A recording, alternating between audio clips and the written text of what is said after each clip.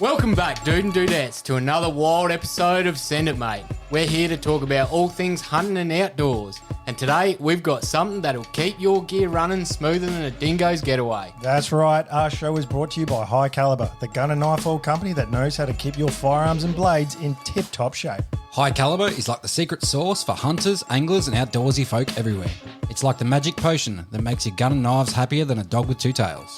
You know, guys, I've been using High Caliber oil for a while now, and let me tell you, it's the duck's nuts.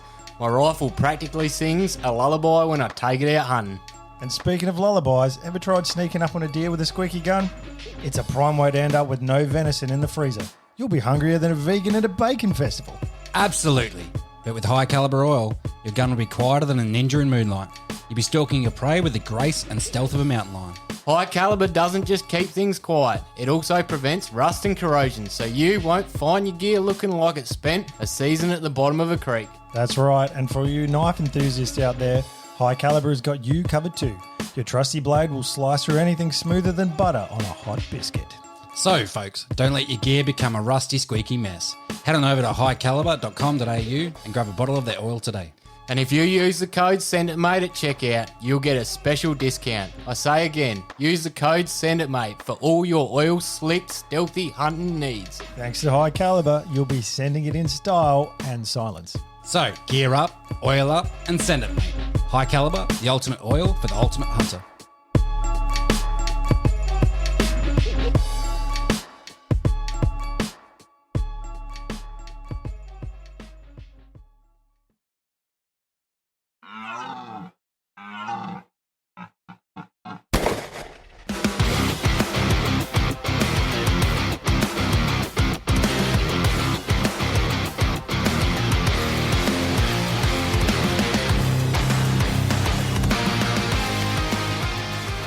G'day everyone, we're back. It's Send It Mate Podcast, and I'm Caleb. I'm Josh. And I'm Couchy. I thought we were going to go down the line. That seating arrangement really fucked you up, didn't it? It did. Well, we're on location again. Bit different, Yes. different setup for the night. Change it up. On location, yeah, at Shannon's house. Yeah, it's on location. Yeah, for anyone's opinion, this is my house. Not the missus. But yeah. Yeah. She'll never Make listen sure to it. everyone judges the decor harshly. Yeah, it's obviously my house, yes. If you're watching this, we've Rip got enemy, get door. Changing deer heads up for flowers in vases. Oh, you know what I should have done? what? Chuck my head up there. I was going to say there's one over there. Fucking hell. Yeah. We Do I do it we now? should have. Do I just do it now? Well, that fourth voice you hear with a good suggestion. We do have a guest tonight, and his name is Mostyn Hudson. How you going, guys? What? Yeah, we're doing We it. are good, man. We are very good, and we know him as Moss from Gunforce. The moist man. Yeah, I probably shouldn't have said that. Yeah, don't give us the heads up on any nicknames or anything, man, because we will use them. But Well, it's either that or call you Moses. Yeah. where does Mostyn come from anyway? What's the background of that? So, like, it's a family name, and I think it's a Welsh name. So, like, I've been, it's like I think my grandfather's middle name was Mostyn. So, yeah, it's kind of passed down, but I think it's originally from Wales. Yeah. Fair enough. No immediate relations to Wales, though. Yeah. You planning on continuing to pass that down? Yeah, absolutely. I actually really like it. It's a strange different. one, but I mean, yeah, people will remember you, I suppose, so that's a good thing. Have you met another Mostyn? I've met one other Mostyn back in because I used to be involved in scouts, and I ran a big scout camp, and there was a kid named Mostyn, and had all the entries come in on the applications, and I was like, is this my name? Did I like stuff up like what I was doing with my spreadsheets? And no, there's some kid named Mostyn. So I went up and I was like, hey, you going, mate? And then the leaders were like, oh yeah, he's a real rat bag. That kid. I was like, oh no, must be genetic with that one. Yeah. It's in the name. It is good not having a name that's like common, like Josh, because we all agree there's way too many Joshes in the world. But Way too many. it's good having one that's not that common. Like there's not too many Calebs around. I had to call one the other day for work, and I called up, hey, g'day, my name's Caleb. And he's like, oh, I'm Caleb too. And Should we have started being like, Caleb, this is Caleb. hello, Caleb. I'm also Caleb. And it was just like, we just like sat there in silence, just chuffed that there was someone else There's called another Caleb. guy called Caleb. Were you like, is yours Caleb with a C? Or? Okay. No, we've established this. It should be spelled with a C, and if it's not, then you're a weirdo. Should be spelled with an M. Callum. Yeah, it should be. Callum. Oh, dear. 100%. Anyway, we should probably get into this episode, get to know our guest. We are big fans of Gunforce as a gun shop, and it's good to have someone from there on the. That's a nice plug, mate. Boom. Snuck it in, yeah. That's it. we thought we'd mix it up. Just the best gun shop in Adelaide, in South Australia. In Australia. There you go. I was going to say, don't stop there. Yeah, keep Worldwide. No, there's some good ones getting around, but we certainly enjoy heading in there to get all our gear. So, we'll meet someone who actually works there. Yeah, let's get to know the guy. So, Moss, we've got some questions for you. Yep, We'll far get away. to know you. Where are you from, mate? So I'm an Adelaidean for sure, all the way. Yeah, like I was saying with my name, it's a family name, but I reckon one of the relatives came over on their first settlement with all the guys that came over to Adelaide. So I'm definitely not a convict, and I can wear that through and through. So yeah, no, I think I'm 6th or 7th generation Adelaide. Yeah, wow. Yeah, at least through my mum's side. Yeah, my dad comes from New Zealand, but yeah, through my mum's side, Adelaidean. So yeah, I've been here my whole life, and might keep it that way. Really? Like, do you ever get any thoughts to go to New Zealand and live? Like, Well, I've been over there. The first time I went over there was when I was like 9, and there was like all the water restrictions here because of the droughts. And went over and guys spraying down the roadways to get the dust off. And I was like, what is this place? There's so much water. I mean, it's sweet, but there's something about Adelaide. I was just saying before we started that I went over to Vic and, driving through Melbourne, man. It's a nice place to visit, but I don't think I'd call it home. You know, it's, Never lived there. No. Adelaide is about as big as you can get before I think it turns the other way. So I actually really like it. Yeah, I think you're right. Melbourne's a good place to visit, but I wouldn't want to live there. Just deal with gridlock every day. And Yeah. oh, come on, man. Adelaide traffic is horrendous. Traffic as here is well. bad enough, but compared to Melbourne, there's nothing. nothing, man. See, it's interesting. Like when I went through, I was fully prepared, thinking this is going to suck. You know, I've just got to brace for it. You know, just going through Melbourne because I was headed towards Sale, and got on the bridge, and everyone's like hugging the right side of the road. They're all in the right lanes. I'm thinking, what's going on here? So I just jump in the left lane, cruise right past. Went past like maybe 10, 15,000 cars through Melbourne in like 45, like half an hour, 45 minutes. I was like, this is not hard at all. What's going on here, guys? Turns out there's only 2 lanes, and there wasn't a third. Yeah, that's right. Yeah. I think the way Melbourne's laid out, their ring roads and overpasses and things are very good. So without having driven much in, I guess, the suburbs and off the main roads and things like that, you can get from one side to the other very, very well. And I do find that they will let you in and they can correctly merge, not like South Australians. We just have a difficult comprehension of merging. I would definitely. Yeah, definitely our have merge to here agree is with give that, way to yeah. all. Let's wait there. Yeah, give way to all or zero. Yeah. I think something that's really gone out the window is driving as close to the left-hand side as possible in Adelaide. There are certain roads that I drive on and people are doing 50 in the right-hand lane. And it annoys the absolute crap out of me. I'm like, why does no one actually get over to the left anymore? Why? And I asked my brother, who's only recently got his P's. He's like, well, they don't teach that anymore. It's not actually a law. I'm like, but it's the fucking culture, man. Like, get out of the way, especially if you're going to go 10 Ks under the speed limit. 100%. I mean, a few years ago, I noticed my dad was one of those guys who was getting a bit older and he started to become the 55 and a 60 zone type of guy. And then I got a nicer car and then all of a sudden I looked at the speedo just naturally and I was like, I'm going 55. What's going on here? Oh God. Yeah, I wouldn't be pushing your D-Max too much, man. Might break. Yeah. That's. I think it'll be right. At least until you get a decent bull bar set up and you can just ram people off the road. Oh, don't even get me started on those bull bars, man. I've ordered mine, and the guys are like, "Yeah, it's probably going to be 3 months before you get your bull bar." And I was like, "That's that's just to get it here, and then I need to get it fitted. So it's That's not too bad, man. Try waiting 12 months for a car, huh? Oh yeah, that's true. I actually can't complain because my car was in stock and I picked it up a week after I saw it. So I went in there. Yeah. And it's white. How did you manage that? Well, I was saying before, I've got a manual D-Max, right? Yeah. And for whatever reason, the go now is everyone wants autos. So I walked in there and they're like, yeah, we got a manual here. And I was like, sweet, that's exactly what I wanted in the colour, the spec. And I was like, yeah, I'll take that one.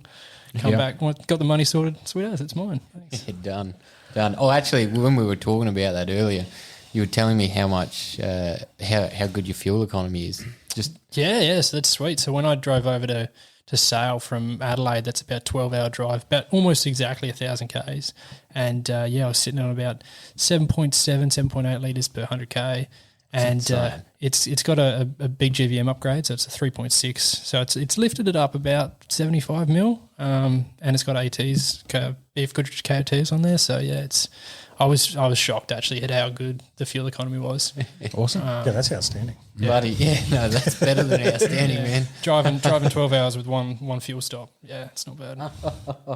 Good God, man! I'll make it down to the southeast and have to fill up again. You have to push it to the server. You're getting a Nuriopta and you're like, oh, should I stop here or keep going? Yeah. Yeah. Oh, it's just atrocious, man. I can't wait for the day to have an economical car, but that day's going to happen anytime soon. And when it's just quiet, you just put it in sixth gear and you can't even hear anything. You can turn your radio down because it's quiet enough. Yeah.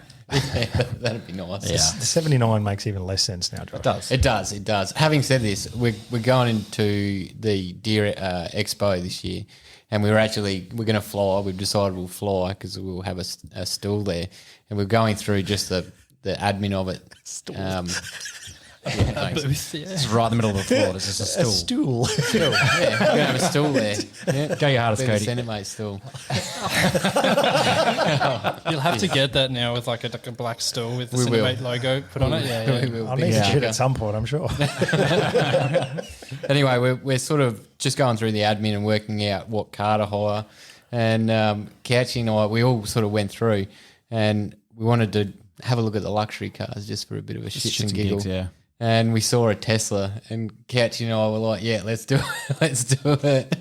Yeah, so you've got one. Nice, right? We'll hire one. We'll hire a Tesla." Thinking about it, yeah. It's just like when It's not locked in yet. When else? It's 90% locked in. But when else would you get the opportunity to, unless you buy one? So Well, that's. I mean, I Why suppose not? that could be the new like hunting vehicle is an electric car. You could sneakily. Spotlight, yeah. Well, I mean, it's silent. You could just sneak up on stuff, and they wouldn't even know. You know, maybe there's something in that. yeah, but then again, the times when you spotlight and you're like, oh, just start the car, he'll look then. You couldn't do that. Yeah, that's true. So Yeah. Silent vehicles are the go. Like many years ago, I had a work car, which was a Hyundai i40, like petrol. So the thing was pretty quiet. And of course, I use it for free fuel. So I took it to New South Wales. I don't fucking work there anymore. I don't give a shit. Anyway, I took it to New South Wales, and there was points when I was like, oh, I can just drive around in this thing. And it's got road tyres. So driving down dirt tracks, it made no noise whatsoever. And the amount of stuff we just drive up right behind, it was just, You got Amazing. on a few goats, didn't you, driving up? yeah, exactly. Yeah. Like they just had no Just idea. straight up on them. Yeah. But, did you shoot out of the vehicle? yes. Nice. But it's one of those things like when we were talking to Chris last week, like about the e-bikes, they know what a diesel sounds like rattling up, making a heap of noise, and they know what footsteps sound like. Yeah, for sure. But that, like no motor noise and just tyres. Yeah, on that gravel, like electric wine. It's probably they're like, not yeah, used they to that. hang yeah. around. So anyway, that's a bit of a side note. Future projects. Yeah, that's it. Enough about us. We'll get into getting to know Moss a bit more. Mate, what's your favourite food? I reckon it's probably at the moment, it fluctuates. Anything with chicken in it, I reckon at the moment. I just had a pretty sweet chicken satay last night that the missus cooked, and it's, I reckon any chicken pasta is my go at the moment. You can just get into that. So You throwing that one in for brownie points or what? no, that's genuine. Like, why is that a thing? Oh, just to credit the missus. Oh yeah. Well, she I probably shouldn't say, but she started cooking, and I came home and I'm like, now this is how you're supposed to do the onions. I'm a bit of a cook. I like cooking, so Yeah. I took over a bit more, and she told me off a little bit. So it was good though. Everyone wants to be a cook until someone else is cooking it for you, and then you're like, yeah, I can just watch TV. Oh, there's nothing better than someone else to cook. You see, I completely disagree. So my parents are like a full generation older than what they should be. Shouldn't say that, but yeah, so my dad's like 50 years older than me. Oh, okay. And they're all old school. So my mum like full taught me how to cook. So I love cooking because then it's cooked right. When someone else cooks for you and you go, oh yeah, this is real good, guys. Yeah, I love it. But no, I like getting in the kitchen. I can resonate somewhat with that, like steak. I hate it when other people cook steak. Yeah, hate it. Can't stand it. So my dad, he was an orphan in New Zealand just after World War II, right? So he was born in 1949 and grew up in a convent and never learned how to cook. Had no idea what he was doing, moved to Australia, joined the army. So he's ration packs until he's 30 before he's really doing his own thing. Wow. And anyway, when I was about, I don't know, maybe 12, I saw him cooking, I think it might have been chops or a steak or something. Cold pan, chucks them all in, turns it up to medium, and then you can see all the water boiling out, and it's just frothing. I was like, "What are you doing?" I literally took it all out, and I was like, "You got to get it red hot." And I was like teaching him how to cook a steak, and he's like, "Never learnt." And he's got until he was like 55, 60, and he's going, "Oh, this tastes really good. Like it's way better. This is way better." I wonder how the restaurant's doing so good. Yeah. Oh man, I thought you were resonating because your old boy's so old. Oh, yeah, well, that's pretty old as well, isn't he? That would be, what, in his 70s, 70-something, 70, I'm going to say 74. He's got a good 40. But yeah. Yeah. So about the same So, age. I think my dad's, he'd be 73, 74. Yeah. Maybe I forgot. Does he use old terminology and phrases that you just like, what are you talking about, man? Like codswallop and like belly aching and... Nah, he's... Have you? I mean, I've assumed you've seen Full Metal Jacket, the movie. Yeah. So Ali Ermey, if you can imagine him. So my dad was a sergeant in the army, and he's a full post-Vietnam sergeant. If you can imagine that guy, just rough as guts, but that's how it is. It's my way or the highway. That's all I'm picturing is him coming up to you when you're in trouble, going choke yourself. Oh shit! No, I don't think. Have you seen? Yeah, you have Full Metal Jacket. I don't remember movie quotes like you do. Yeah, neither. The start of that movie is classic. It's a bit sad that the Gunny passed away. Yeah. No, I've got good memories of that. That's because I've been a shooter my whole life, and that's. He had a TV show, was it Future Weapons, I think it was called, and I was pretty young when that was airing, and I used to watch that with my dad, stay up past my bedtime when my mum wasn't home, and we'd watch that and talk about guns and shit. So it's sweet, yeah, but it's a bit sad, eh? It is. Man, that TV show was awesome. It was the best ever. It was so good. Yeah. Bloody hell. I showed that, working in a gun shop, you'd think that other people in the gun shop would know those sorts of shows. And I talked about it one time and they were like, no, I never heard of it. And I showed him the one where he's talking about an AR-15 and the AK-47 and he's doing all these tests and the AK turns out to be the better gun. And then every single time the gun is just like, no, but the best gun's the AR-15.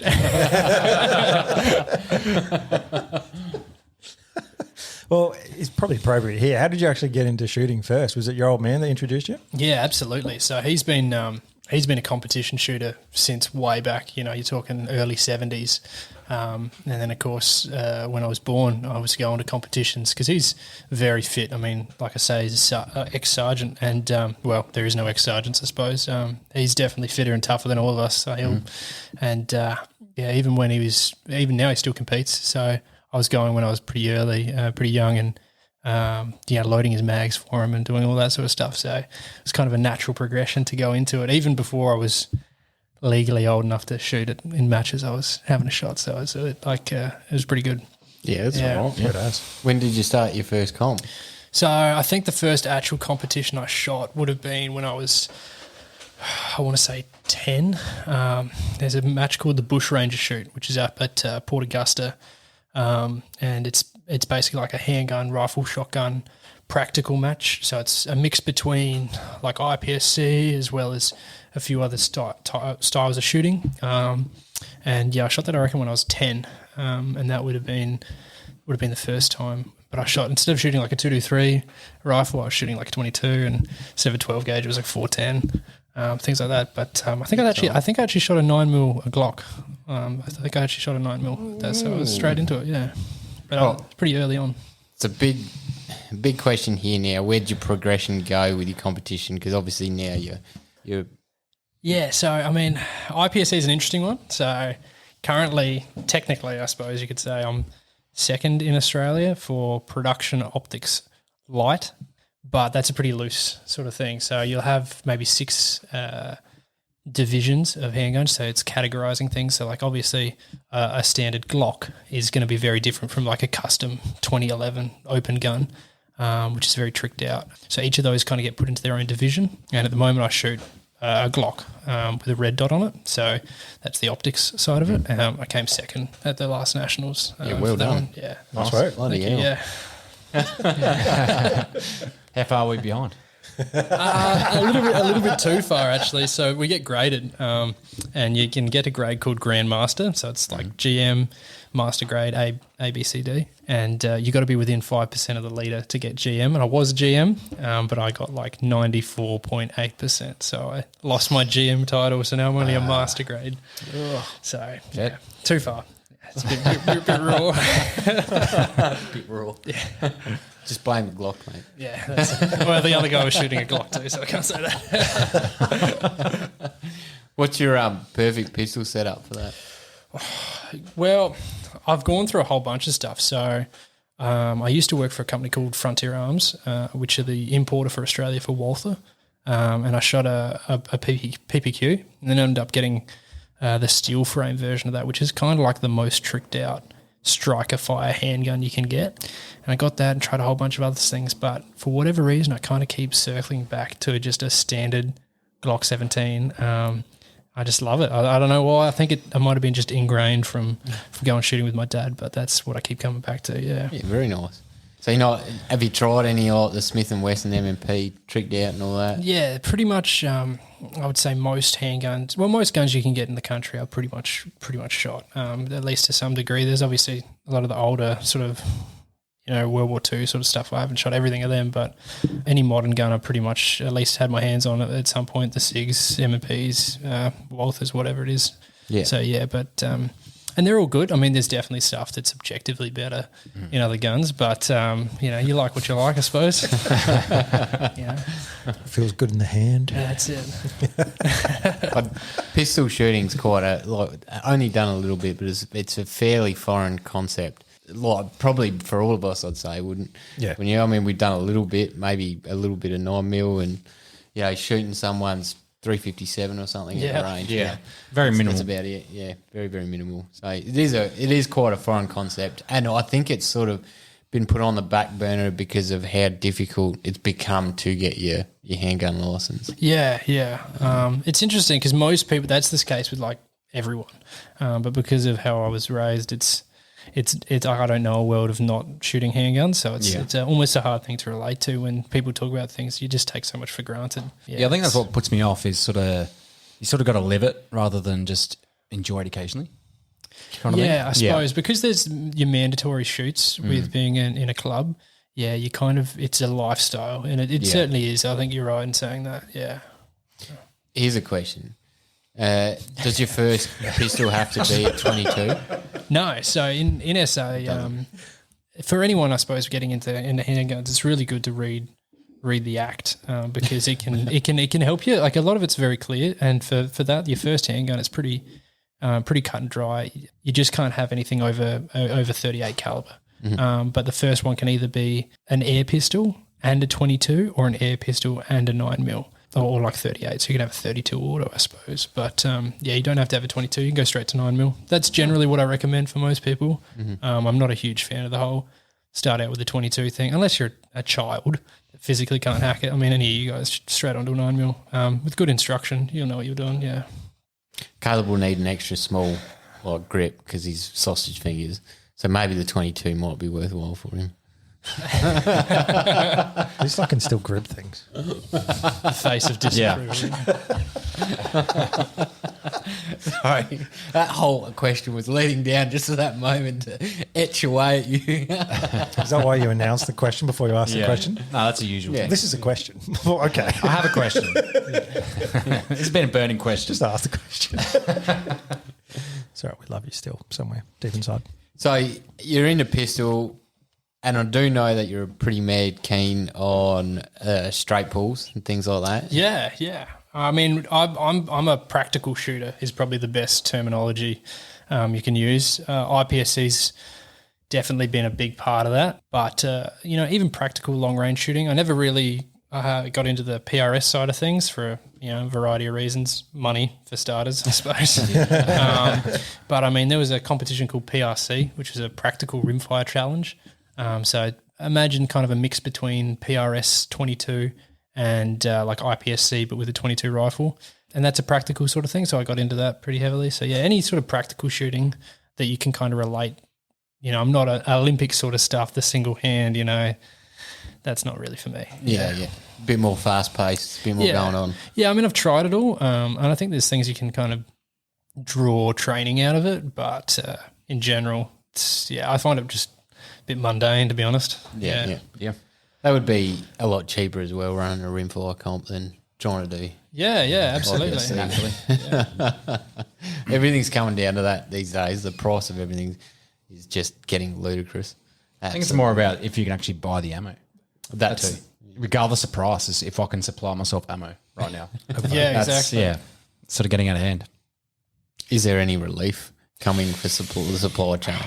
Trying, very much trying. Yeah, I mean, the problem is a lot of these big importers, you're talking Niwa and OSA, Beretta, they've got a military component which draws a lot of money, especially for Niwa.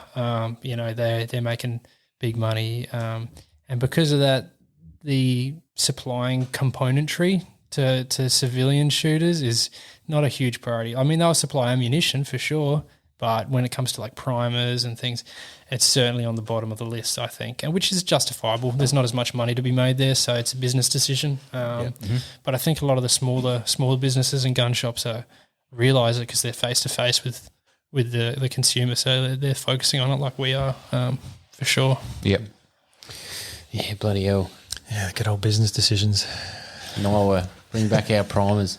No, I get it. I mean, having been on the other side of like the sales side of things where like in manufacturing, I was in sales. So you got to like look at all your different accounts you got. And when it comes to the crunch and stuff's in short supply, you got to actually pick and choose who you're going to keep happy basically. So yeah, absolutely. I understand that. Absolutely. And I mean, you got to, I wouldn't say that they're just like neglectful by any means. I mean, they're certainly trying. Like if anyone ever sees the back order list of what these people have got, you're talking millions, tens of millions of primers are on back order. And it's not so much that they're not trying. I suppose it's more that plus the whole Ukraine situation there. There's a lot of ordnance that are being ordered, and federal USA is probably driving the market way more than any player in Australia has got any sort of say. Things like that. Yeah. See, I don't quite understand that because obviously there was the Middle Eastern wars, and that was drawing a lot as well. So I don't quite understand how. I mean, yes, we've had COVID, which sort of put a dent in it, but how we can't supply both because they were supplying both for a long time.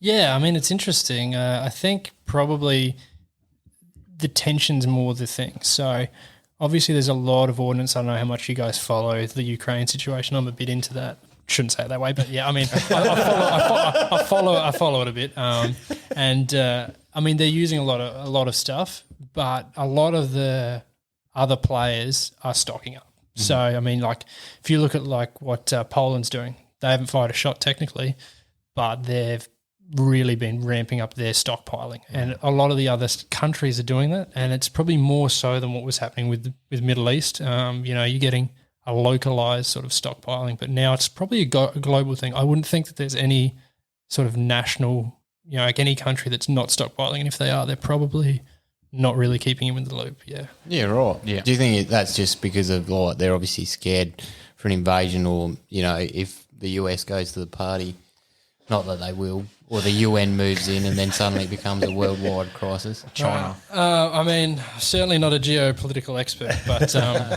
I would say that that's certainly part of it.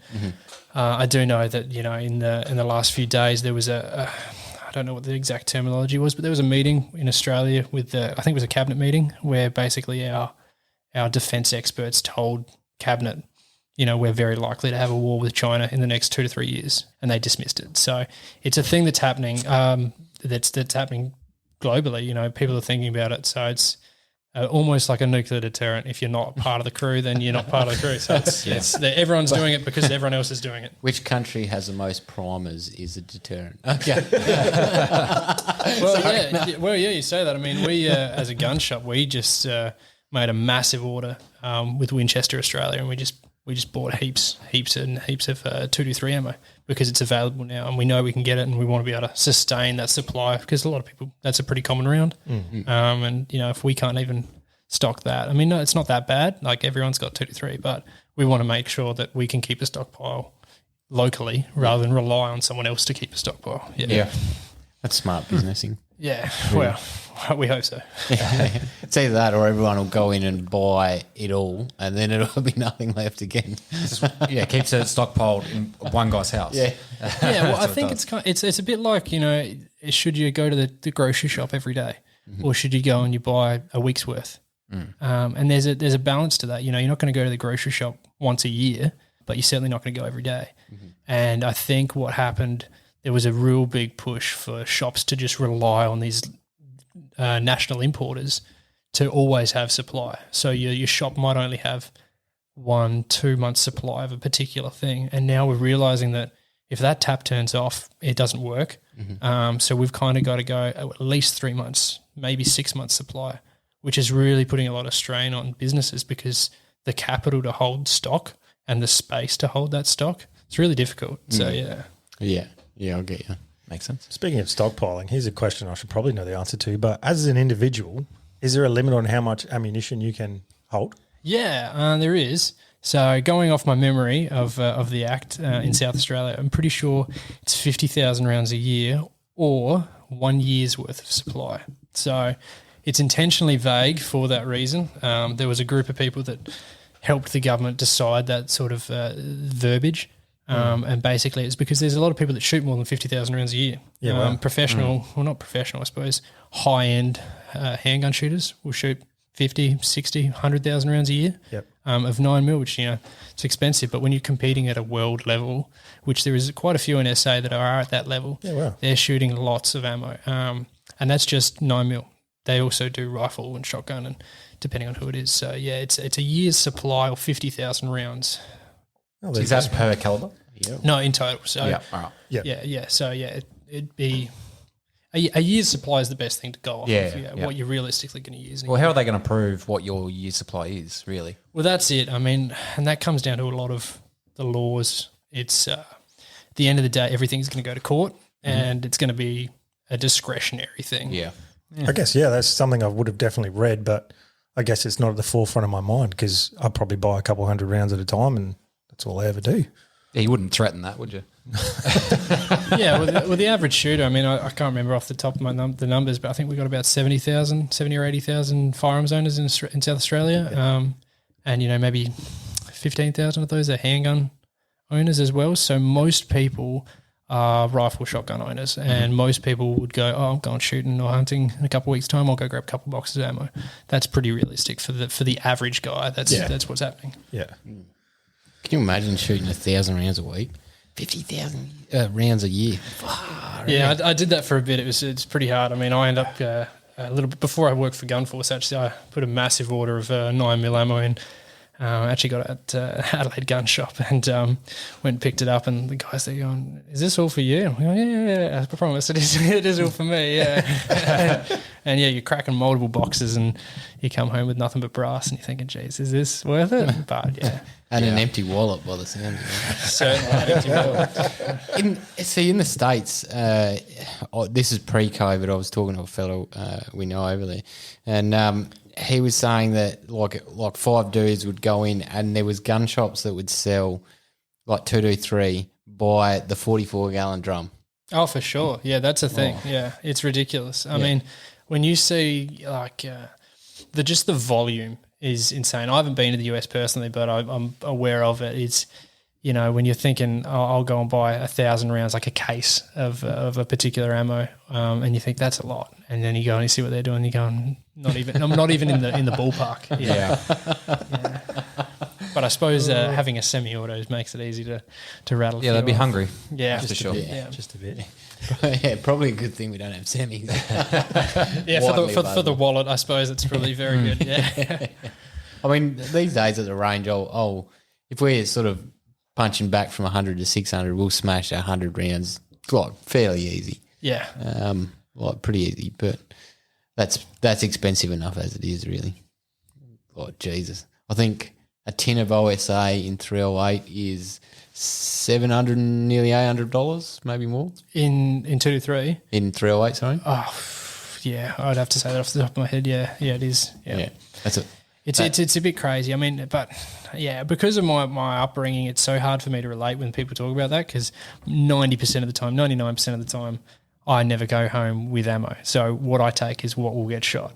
You know, like I just bought a 45-70, and I went to my brother's property and we were shooting that out, and I got 100 rounds or whatever in 45-70, and they all went. You know? Yeah, we just can't stop, so it's good. In 45-70. Why? What made you go to the 45-70? And that is why you work at a gun shop. Yeah, that's right. Well, I suppose that one actually came in as a second-hand gun, and the deal was too good, so I snatched him up, and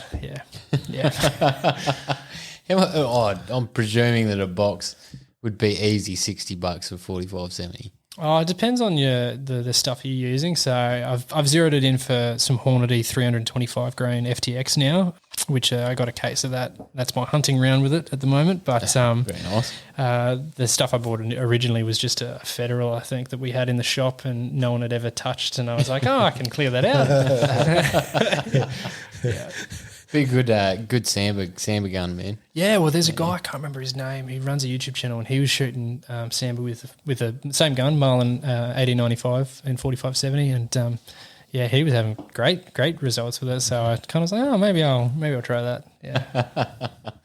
Who were we talking to that was going buffalo? Was it Nick? He's got a 45-70. He's going to go on a buff hunt with a... I think it was, yeah. I think it was, yeah. Oh, that would be sweet. I mean, I actually registered it because you got to justify what you're using it for, and I've written it down as camel hunting. So, yeah, hopefully someone will invite me out if anyone's got any properties. You never know. Yeah, that's right. That's a part of South Australia, right there, you hit the nail on the head. That's a part of South Australia where we could open up our national parks in the centre to hunters, because you got camels there, you know? Yeah, absolutely. People could go get into that. And camel's beautiful meat. So, And I suppose if you're willing to drive 6 hours to the middle of nowhere, then power to you. Yeah. Yeah. 6 hours to a desert. Yeah. Yeah. That'd be the close drive as well. Yeah, that's right. That's only mid-north. Very good. But we'll keep rolling with the next one. Moss, what was your first job, mate? I actually worked at a cafe, a Balfour's cafe, as a barista. So that was the first job. I didn't work when I was in school. I was a bit of a I don't know what you call them, a bit slack. So yeah, I got out of school and started working at a cafe. Bit different from what you'd expect from a heavy shooter. So, but yeah, that was an interesting experience. If you can't tell, I'm a bit of a talker, so going into talking to people was working at a gun shop too. So it wasn't too hard for me to work there. So yeah. Did you get the latte art happening? Or 100%. Yeah. No, they were. I'll be honest with you. That shop was pretty rough. I actually got fired from that place. It was a pretty rough shop with their coffee, and I was getting full into it. I was like, no, let's make good coffee, guys. And I was learning all the art and everything. And no, it was good fun. Actually, I can make a mean cup of coffee now, so it's... The real question is, why'd you get fired? Yeah. That one... I didn't want good coffees. Not to be disclosed. Too many Balfour's pies at lunch break. Yeah. No, that's fair. We've got one of those stories. Well, then what did you progress to, man? Like, how did you find yourself in the gun world in employment? It's my vocational history has been very strange. So, I'm fairly switched on, but I really didn't like school. Didn't fit with me. You know, I was the captain of my debating team at a private Catholic college, and you know, I would fail English, not because I can't speak or read or write or whatever, just so not interested in it. So I found it very difficult to want to go to uni and study anything there, just because of the way it is, especially the way society is kind of progressing and the things that the culture, I suppose. So I stayed away from that. Not sure if that was a positive or a negative decision in the long term. But I actually moved from that cafe, worked at another cafe, worked at San Giro's, then worked for my mate's dad doing roofing, and then went into kind of some general building for a bit, and then completely circled to outdoor education. So I've been a scout my whole life. So I joined Scouts probably when I was like 4 or 5, went the whole way through, and actually got my qualifications as a rock climbing instructor and a hiking guide and all of that, and then ended up doing that by chance because I was in a outdoor shop talking to one of the guys behind the register, and just someone else in the room was like, "Oh, you guys instructors?" To my partner and I, and we said, "Yeah, I suppose we are." They're like, "Oh, do you want a job? We need some people for like next weekend." And we're like, "Okay, yeah," and then followed that path down. Yeah, wow, Sweet. Yeah, it was a bit interesting. Did that for probably, I want to say maybe a year and a half, 2 years, which was a big learning experience. How different parts of the outdoor education industry work. So it was a full hiking guide and everything, which was good fun. But yeah. Did that for a bit and then fell out with a couple of jobs, so I kind of freelanced. And then the job came up at Gunforce, and I was actually out shooting skeet, some shotgun with one of my mates. And he said, "Oh, there's a job at Gunforce," and I applied and got that, and here we are. Yeah, very Sweet. nice. Yeah, bloody hell, nice. Do you still rock climb? not as much as I want to. SA rock climbing, a bit like SA hunting, is not not great unless you've got somewhere to do it. Can you do it on public land? Where is a go-to place? Yeah, so there's for Adelaide, Morialta is probably the best place to do it, but it's very basic. You know, most people that are serious either drive all the way up to like Wilpena Pound. There's a place called Minari up there, which is a pretty full-on rock climbing thing, and then either that or driving over to the Grampians or Rapparees, but Grampians got closed down so for rock climbing. Rapparees is quite popular. Yeah, it was hugely popular because it's got some really good climbs, but there was a whole Aboriginal kind of push to basically say not to have anyone climbing there, which is hilarious because if you ever meet a rock climber out in the wild, they are the most hippy-dippy greens that will never use a piece of plastic in their life, and they will like clean up their, you know, everything. They'll dust the grass back into the way it was. So to kind of say that they're damaging the environment was, I thought, hilarious. So yeah, it got banned in the Grampians, and it's heavily getting banned around Australia. Actually, there's places that are closing down. Yeah, You for real? Started off as rock climbing. Uluru, and then it's just spreading. yeah. Well, I'm glad. I will say that publicly. I'm glad I climbed Uluru while I could. So yeah. Oh, Yeah, sick. yeah. How was that? Because none of us had done it. Wait, did you actually climb it, or did you Climb walk right. up the? Oh, I walked up to the top. Yeah. Right. There's a little climb. You've got to climb up one step at the end of the chain. I will say that. I was pretty young when I did it, so it felt like a climb. Yeah.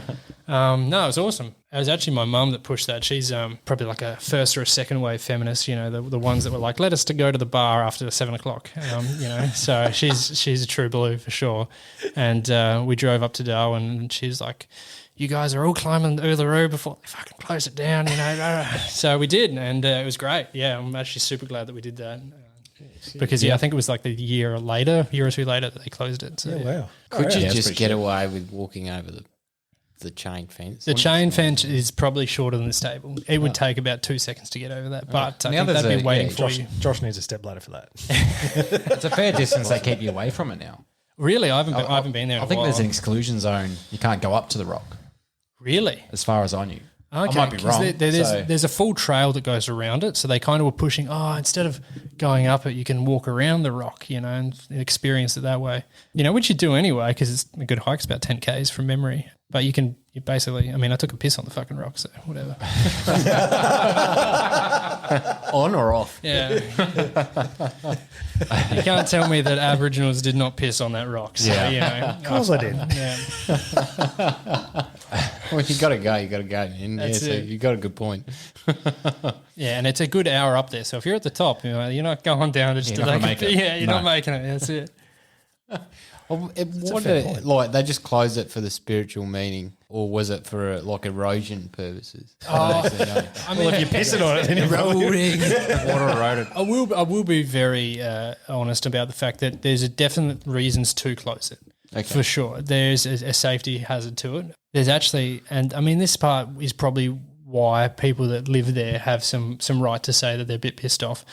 When someone dies on the rock, when they fall off, basically, there's a whole bunch of plaques that were bolted to the side of it that had their name. And originally, I think that was kind of like, to remember this person. But now you've just defaced the rock because some idiot fell off. Now, I'm sure that there was people that weren't idiots that fell off, but I'm certainly sure that there were some that were. When I went there, you got tourists from, Japan, Korea that have never been to somewhere with the dry heat that we have, especially out in the middle of nowhere, flying into Alice Springs, taking a tour bus down, and then getting out there wearing full jumpers, gloves, like cotton gloves, climbing up over the road, and you're thinking, these guys are not in a good way. And I was maybe 13, I think, when I went up and did it. So it was pretty like, for the safety side, as far as tourism, I can totally understand. Yeah. But for the cultural side, yeah.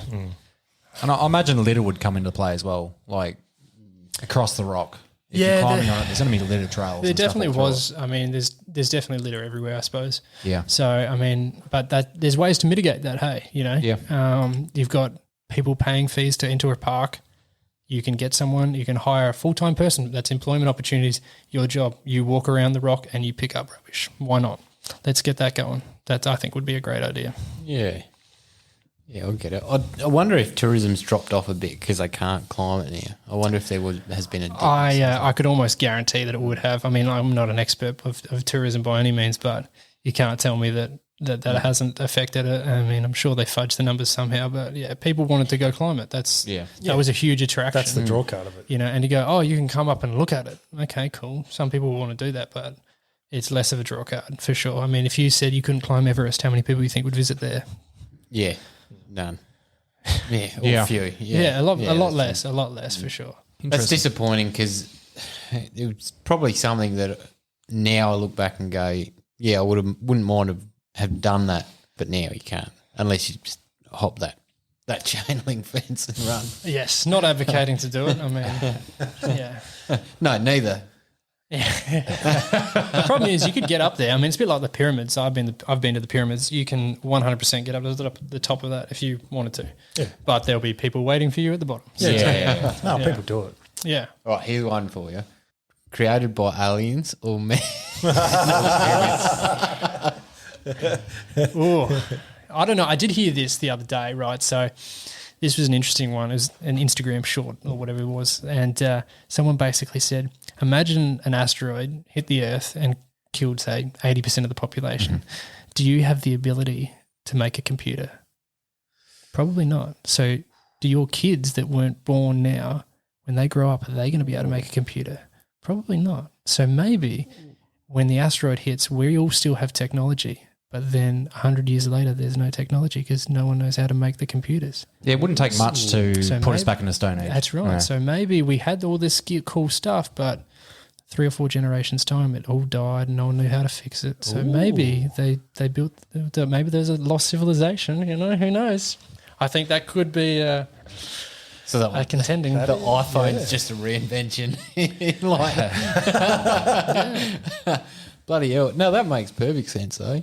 It really does. I mean, it depends how much you want to go down the Rogan rabbit hole of conspiracy theories. I do like that theory, though. I watched a fair few videos about that. Yeah. And it's quite interesting. I mean, especially the stuff coming out of the Amazon now. I think you're living in a dream world to think there wasn't a whole civilization. We're watching the same videos, I think. Oh, I think we are. So, yeah, I mean, that's maybe. That makes sense. It does. I like it, actually. Yeah. I still think they were man-made. I think they were man-made. I think aliens, if they existed, someone would have had a 4K video of them on here. It's just interesting, the theory behind maybe the purposes of the pyramids and just the structures around that area, as in there's theories of conducting electricity with water flow. Yeah, I mean, That's interesting. have you guys been there? Have you? No. Yeah, so it's interesting. I went there a few years ago. I think it was 2016 I went there, and they are just a pile of rocks. I went inside. You can go inside the big one, not Giza, the other one. I can't think of the name of it. But yeah, you can go inside it, and it's just a stack of rocks, in my opinion. I mean, obviously there could be something going on inside, but there's obviously some sort of cultural reason, and it's definitely related to the shape of the Earth and the stars. Like, that's all legit. There's definitely something to that, but yeah, I don't know. I think it's more of a meeting area, if that makes sense. And like the Sphinx, like when you look at photos, you think you know what it's going to look like. It's weird. So like the Sphinx is way smaller than what you think. The pyramids are way bigger, but the head on the Sphinx, it's like, I don't know if you've seen, imagine like a Great Dane with a Chihuahua head on it. That's basically the proportions. Okay. It's super weird, yeah. And it's like close, but not close to it. It's like someone built this and then someone else built this. Like, you can tell that they weren't kind of the same. Yeah. Isn't it a theory that the head's been re-sculpted? Yeah, that's definitely one. Yeah, I mean, I don't know a whole lot about it, but yeah, it looks. I mean, it's too small for the body for sure. Yeah. I think I've heard that as well. They sort of recondition the head and face, to try and just keep its sort of quality there. So yeah, probably change Pharaohs or something, put a different head on it. Yeah, well, that's it. I mean, you think about what we do with our statues now. You know, in 100 years, we change our statues because we don't like the guy. We knock them over. Yeah, that's it. So back then, I'm sure they did the same. 100%. If you're the Pharaoh, I don't want the fucking old dude up there. Put my head up there. Yeah, you're probably your uncle that played with you. You're like, fuck that. I don't need a daily reminder. That's right. Yeah. Oh, that went dark real quick. That's brilliant. Well, how about we change to something more uplifting then, and we'll ask Moss, who inspires you the most, mate? Well, you guys sent me these questions, hey, and I was thinking about that one driving here, and I was thinking, geez, who am I going to say? Should I say myself? Or should I say bloody Jesus? No, I don't know. To be honest, I don't think any one person particularly inspires me, but my dad certainly comes to mind. The things that he's accomplished, geez, it's hard not to think, when you're being lazy and you think, fuck, maybe I should just switch on because, I'm definitely capable of doing more. And, the amount that he's done and the stories that I've listened to him and other people, I get people, because he's pretty big in the shooting community of SA, and I get people to come in the shop and they say stories about my dad and they're like, oh, yeah. So I think that certainly inspires me to not be a slacker, I suppose. Yeah. Even though I feel like I am a bit. Yeah. So he's definitely a big inspiration. He's certainly influenced my life a lot regarding shooting, because that's definitely a part of it. And going out camping with him, as if not inspired me, it's influenced me 100%. Yeah. Yeah. It's amazing. Like, especially as blokes, like how your dad can shape your life. So, I've always had a dad. Like, mum and dad's still married, been married for 43 years or something. So I've always had a dad around. So it does sort of make me wonder what it would be like to not have a dad around, like, because they are such a pivotal part of your life and shaping who you end up becoming. So that's cool, man. You're the first person to say your dad. 100%. I mean, it's. I think.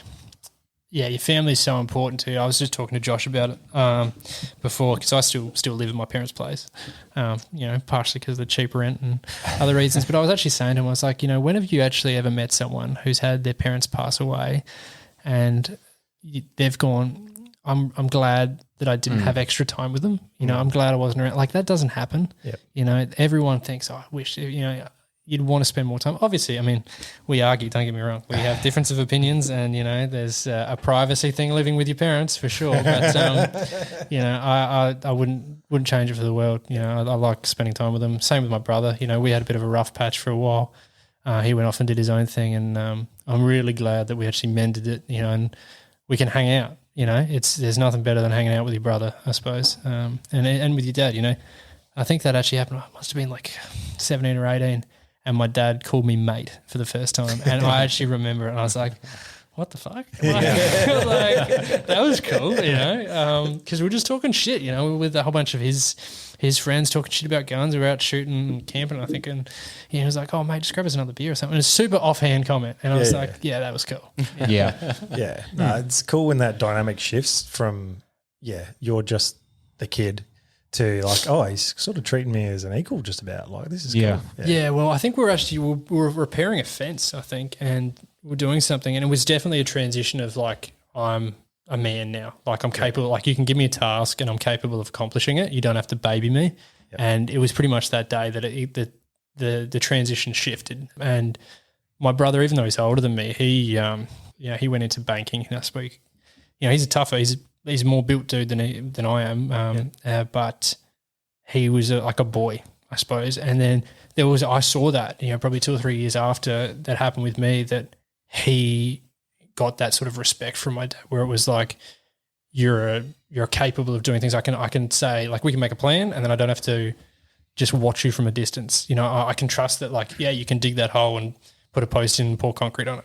I trust that you can do it right. You're not going to, I don't need to watch you, the whole fucking hold the light steady kind of bullshit. So, yeah. Oh, that's cool, eh? Do you think your dad's had a bit of influence in the way you see politics and things?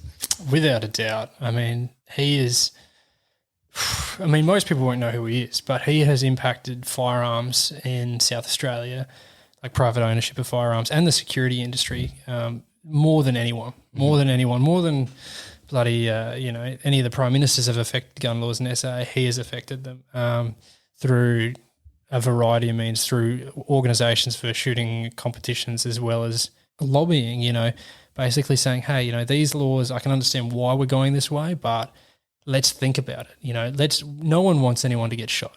No one wants that. But how about we make laws that actually are going to help prevent it, rather than knee-jerk reactions that just feel good. This whole feel-good culture, we know it doesn't work, but it feels good. So he's been really good at slowing down and going, hey, guys, I'm actually an expert on these things, through his whole vocation and his experience, which he certainly is, and being able to convey that without getting aggressive. Even though he's such a my way or the highway guy, and everyone that knows him will attest to that, he has an ability to kind of go, look, that's not actually right, or that's not actually going to work, or maybe we could do it this way. And that certainly has affected how I look at politics. And I'm a weirdo.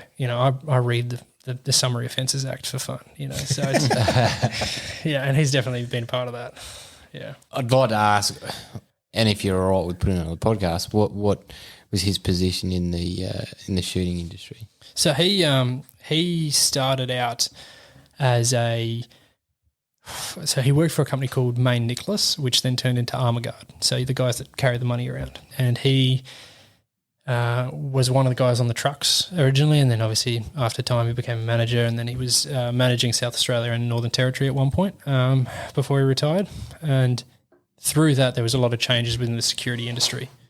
So it was, back in the 70s and 80s, cowboys, they could do what they wanted, and things happened that weren't great. And they obviously realised we need to either train people or do something. So then he got really heavily into the training because of the company. The company said, look, we need someone to become an instructor. So they paid for him to do instructor training. He got flown to the US to train, with the elites. He did a whole bunch of that sort of stuff. So that kind of pushed him into the security side of things. And he actually ran some really significant courses. So basically anyone in Australia Victoria, New South Wales and SA that has any sort of security qualification, what originally happened was they asked a whole bunch of the most experienced people they could find to kind of run a course for themselves, so to self-qualify in a group of people.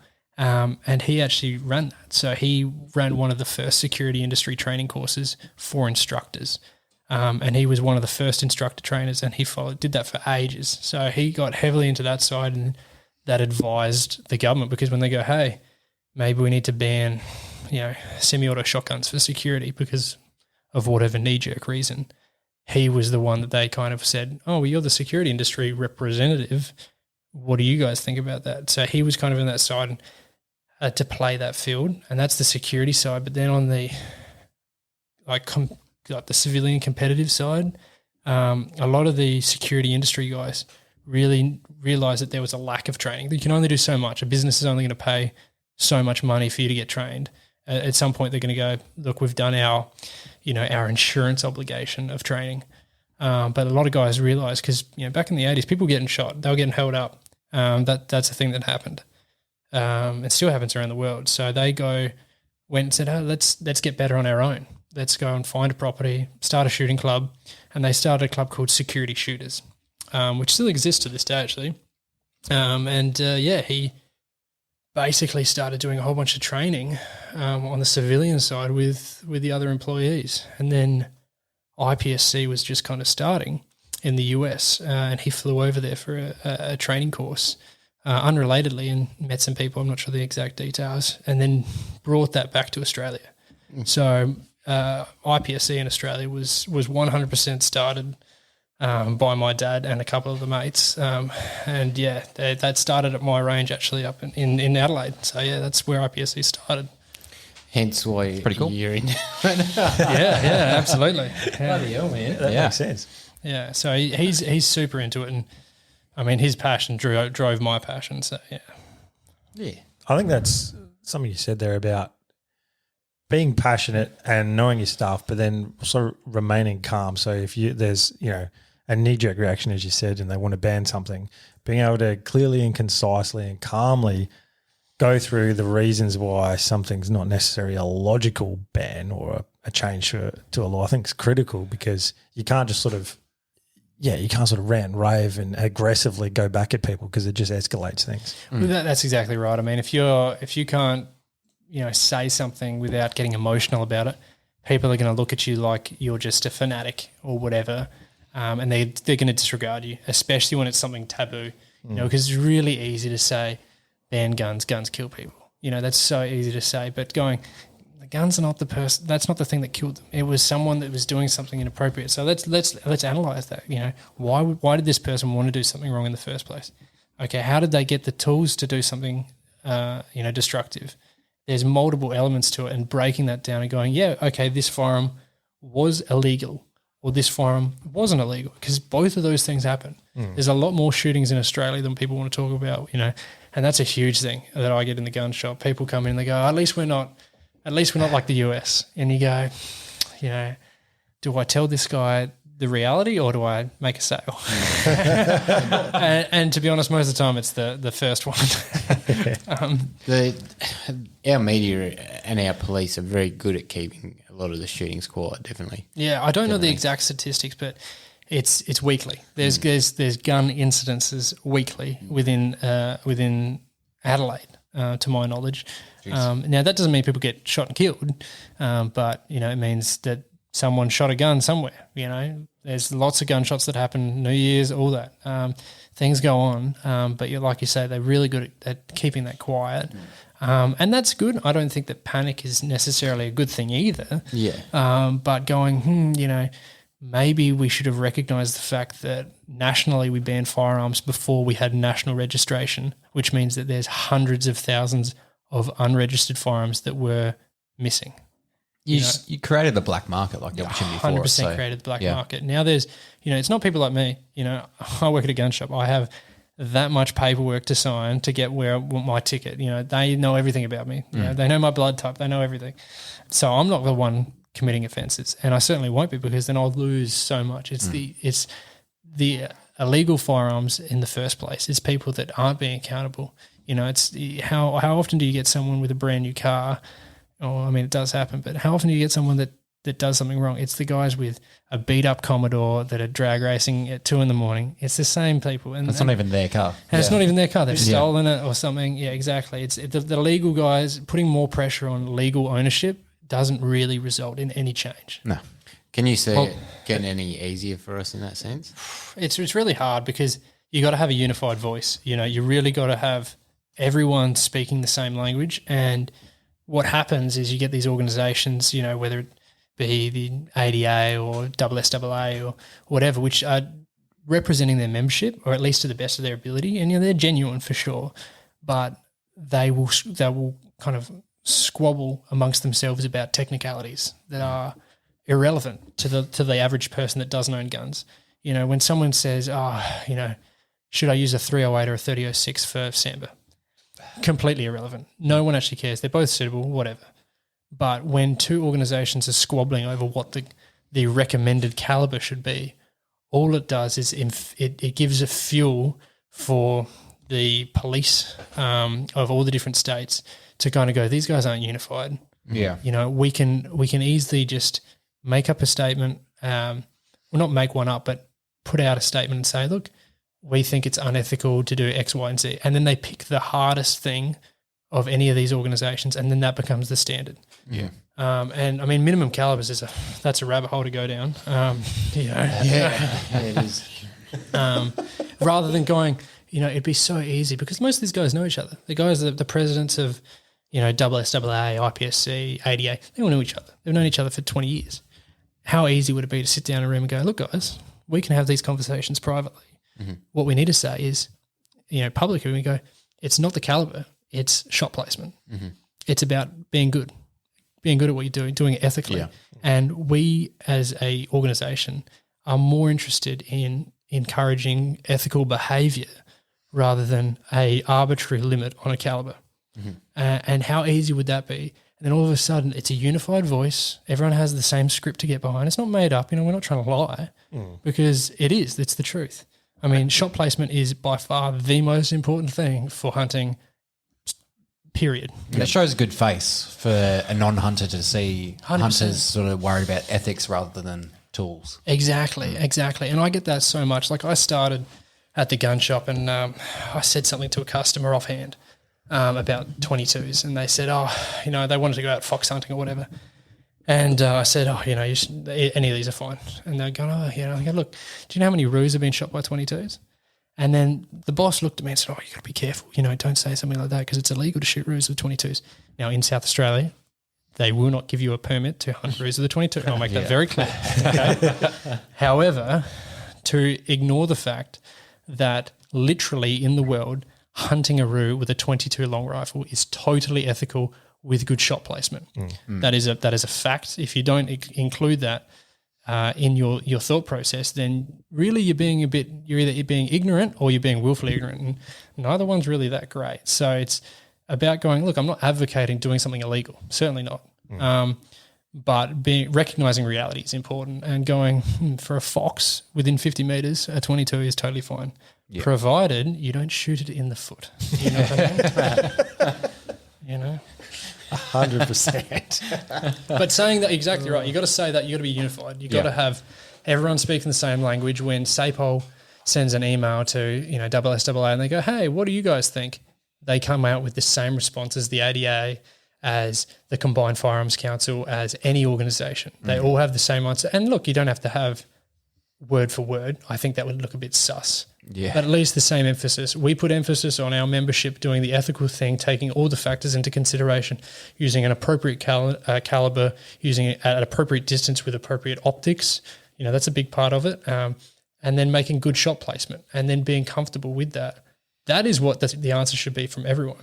Who cares whether it's a 308 or a 3006 or a 243? All of those are going to kill a deer. Yeah. Yeah, I guess as hunters, that's the answer we arrive at through practically doing what we do. And you go, that does work, and it is all about shot placement, and the focus is on ethics. So it is frustrating when those groups but they're outputting a different answer forward to what we know is the truth or what is actually what goes on. Yeah, and you get these weird sort of things that come with that because there's all these whispers that happen, and then people that aren't shooters and aren't hunters, and they are two different groups for sure. I mean, they're pretty interchangeable in SA, but then you get what happens is and this has happened in the gun shop, we've had someone have a 3006 and they've put down as their justification for Samba hunting, right? For Samba hunting in Victoria, no less. And it's been refused. And the justification on the permit for refusing it is the minimum caliber in South Australia for for hunting of sambar is 308. So that makes no sense on like 4 different levels. Yeah. You know, not only is that a fundamental misunderstanding of what calibers are and what chamberings are, that's a complete misunderstanding of it because they're both 30 cal. Yeah. But there's no limit in SA on calibers. Whether SAPO wants to say that, and I'll say that to them face. I've called SAPO multiple times and said there is no limit on what caliber you can use to hunt deer in South Australia. Period. It does not exist. Now, there's an act that allows the Department of Environment and Water to put forward a recommendation through pestsmart.org as to what should be used. That's not a legal requirement. No. You know, deer in South Australia are classified as a pest. You can, in theory, use whatever you want as long as you're following what's actually in the act. You know, you've got to be humane, et cetera, et cetera, et cetera. There's a whole bunch of stuff. Yeah. Yep. That is a good point. I think I brought that up before about their class as pests, yet there's so many regulations on that and how you can dispatch. And as long as you said before, as long as the ethics and all that are sort of considered and we can humanely kill a deer with whatever, say 2 to 3, then why can't we? Absolutely. And I mean, because of my dad, I've been really I've seen it through that lens. So he's a ballistics expert. So he's done a whole bunch of sniper training in the US back when he did his training, and he's given evidence to courts on ballistics and so on. And there's photos of him back in like the 80s hiking through through the Flinders Ranges with an AR-15 in his hand and an SLR slung. And he's going, I can't decide which one I like more for shooting goats. And they're just shooting them in the hundreds. But there's pros and cons to different calibers, and as a hunter, as an ethical hunter and as an experienced hunter, you learn those pros and cons. I'm certainly not going to take a 300 Win Mag to go shoot a rabbit. That's silly. Because it's just not appropriate, because it's unethical. I mean, when people ethical. say it's unethical to use a too big of a caliber, that doesn't make sense to me. What's unethical about it? It's killing them quickly. Very quick. It's wasteful. I suppose you could say it's unethical because it's wasteful if you're going to use the meat, for sure. Yeah. But then there's multiple layers to it. So that's a discretionary thing where a hunter needs to make an appropriate decision. What's suitable for a sambar at 50 meters is not necessarily what's suitable for a sambar at 400 meters. Yeah. Yeah. Oh, I wonder if they'd let that be justification for more calibers or a new rifle. Like, okay, I've got a sambar gun for 50 metres. Now I've got a sambar gun. I want a sambar gun for 400. We can bring in range for like foxes, for example. Yeah, so that's definitely definitely a thing. I mean, the Act has got these weird caveats throughout it, which basically satisfy the registrar, and that's a whole loaded thing. But basically, if you can write something that where you feel like you could win it in court, if a judge was sitting there and going, yeah, that does make sense. You obviously know what you're talking about. You're being appropriate. You've thought about it. If you put that on your permit to acquire, you're probably going to get it as long as you fulfill the statutory requirements, which are as long as no other firearm is suitable for that purpose, which is what it says. That's what they're looking for. What you can do with it and why nothing else you already have is suitable for it. Is there, like, just for curiosity, for example, obviously people that bought the rifles and stuff before that reasons for purchase come out. Does that come into consideration apart from just the caliber itself with why you should buy another rifle? Yeah, absolutely. So, like, if you've got a 308, that doesn't mean you can't have another one. But you might have one that's got a long barrel that's inappropriate for carrying around, or a heavy barrel. You might have a 308 that's got, a 1 and 1.25 inch barrel that's not going to be a hunting gun. Yeah. If you get another 308, you could have the exact same, shooting the exact same ammunition, but say this is for a different purpose. It's a short barrel with a 1 to 8 power scope. It's going to be used for pig hunting or whatever. Mm-hmm. So you can have an infinite number of Category B firearms, even in the same caliber, as long as the firearm itself can't do something that the other gun can do. Technically, yeah. And there's people that have. I mean, I know tons of people that have, north of 5 or 6 handguns of the exact same type, because, you can have 2 identical guns. One's a backup gun for competition, for example. And you can have the same thing for hunting. You know, if you're spending, you know, $5,000 to drive interstate or more time off work to go hunt, are you going to go with one gun? Maybe. Maybe it might be prudent, especially if you've got the disposable income, to have two identical guns in case one breaks. That come up in an Aussie's podcast, I'm pretty sure, that being a contract shooter, that why would you go out with just a single tool? Yeah. You'd always have a backup tool of the exact same caliber, just so you could, if something goes wrong because you can't fix it there and then, is just to switch out. Tell you what, that's a perfect. I mean, if you're a contract shooter and you don't have two of every type of firearm that you've got, I mean, I wouldn't say you're unprofessional, but I would be going, you know, a carpenter doesn't go to a job with one hammer.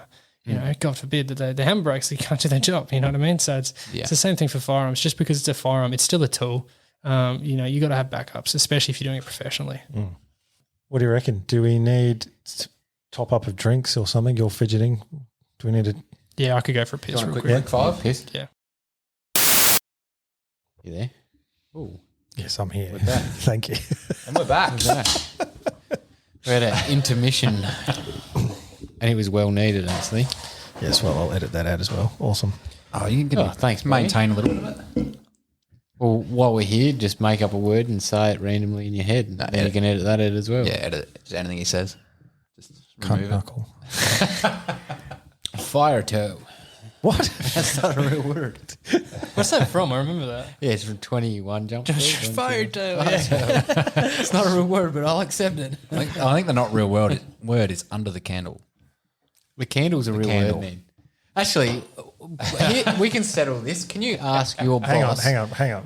We're officially back now from a break. Now ask a question. No, we are back from a break, and you will leave it all in. Maintain that. No. Can you Good shit. ask? So obviously, the owner of Gunforce is the owner of Lightforce. Yeah, we never really touched on that. It's part of the Light Force group.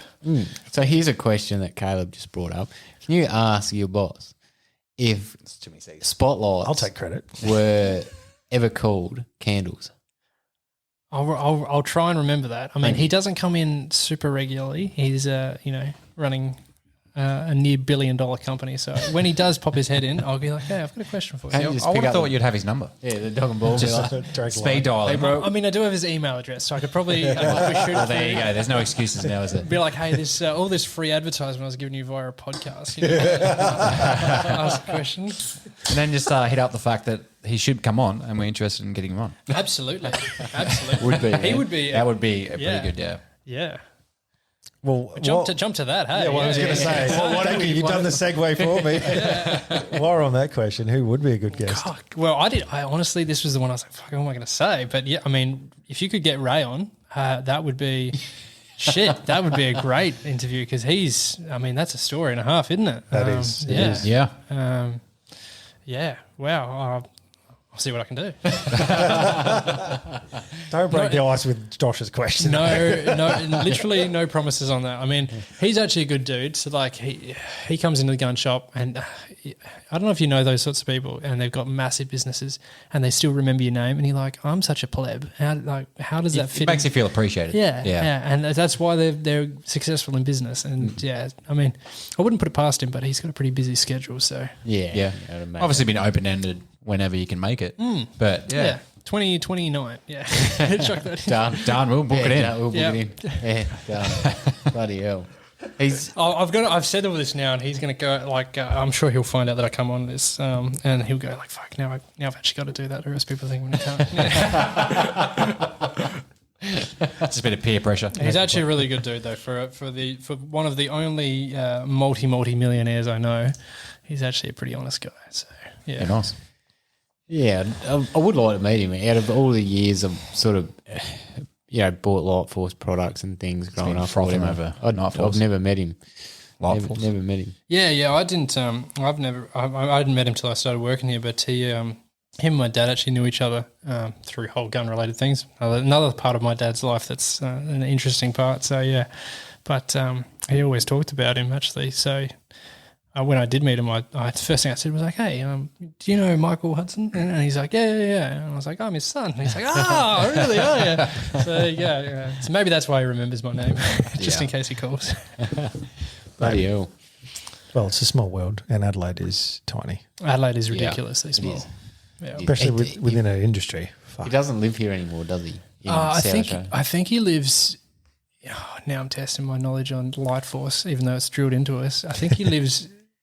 He's got a property here. He definitely has a house here, but he floats between here and the US for sure. Yeah, and he's got a lot of property in New South Wales, and I'm pretty sure he goes over there. So yeah, he's a busy boy. Yeah. If I had $1 billion company, I would be sorry, not Australia. tied I'm now a US resident. See ya. See, that's what makes it so easy to work at Gunforce, because obviously we stock Night Force scopes, and if you've been in there, you'll notice it's a pretty full range.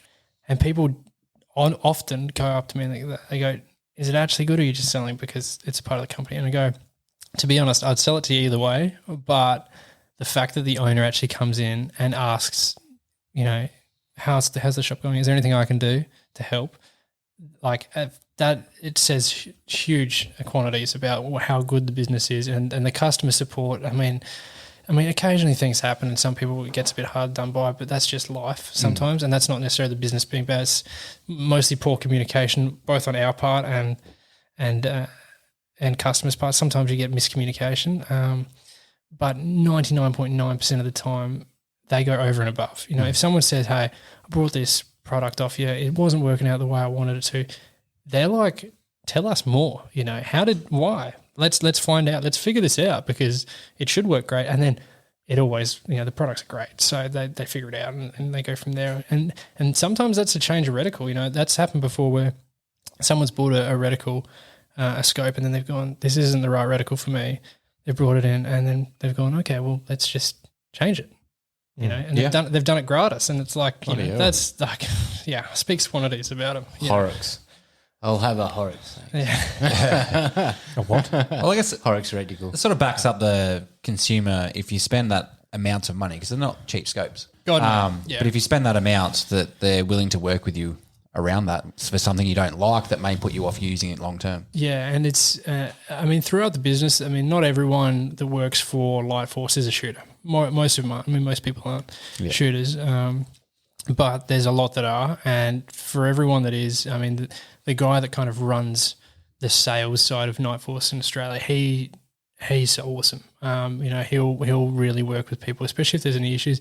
And the same with the shop. Even if you didn't buy it from us, because that's at the end of the day, we look at it that way, and we go, we're representing a brand. If someone comes in and they've got a 20-year-old Night Force scope, we're not making any money out of him. He's already got his scopes, he's already got his guns. He'll buy some ammo, whatever. But we will, we'll spend an hour or two with you to help you out. And that happens. And that's what the owner wants. He loves having a gun shop, and he's gone, we're here for the shooter.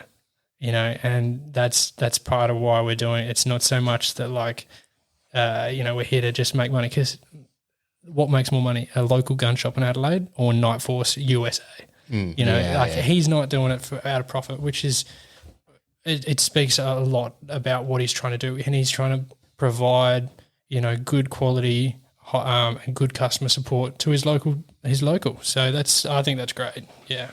It is commendable, actually, especially if he's moved into, you worded it well, like he's moved into state or floats around from states, but his roots are from South Australia. And if he's not doing it for a profit, and he's got a gun shop for customer care, that does talk quite highly of him. Yeah, and I've only worked for Light Force. I don't actually know, maybe 18 months, 2 years. But my boss's boss, who I deal with on a daily basis, he kind of runs Gunforce. So the operations manager there, he's been a part of the Light Force group for 16 years, and he's done every job, back from building the spotlights all the way up to sales of scopes, and then now he's obviously running the gun shop. And he can't speak highly enough of Ray. And you can't fake that. I don't think you can fake that. And I'm sure, Ray's got people he disagrees with and people that don't like him. But the most people that actually you look at it's not vindictive, it's all positive. So it's good. I have a bit of a testimony actually about the scopes. On my 308, one of my grub screws for the rail was loose. Yep. And actually, for so long, I just didn't check the base, and I was like, whatever. and I first noticed that the light was turning on by itself under recoil. Oh, really?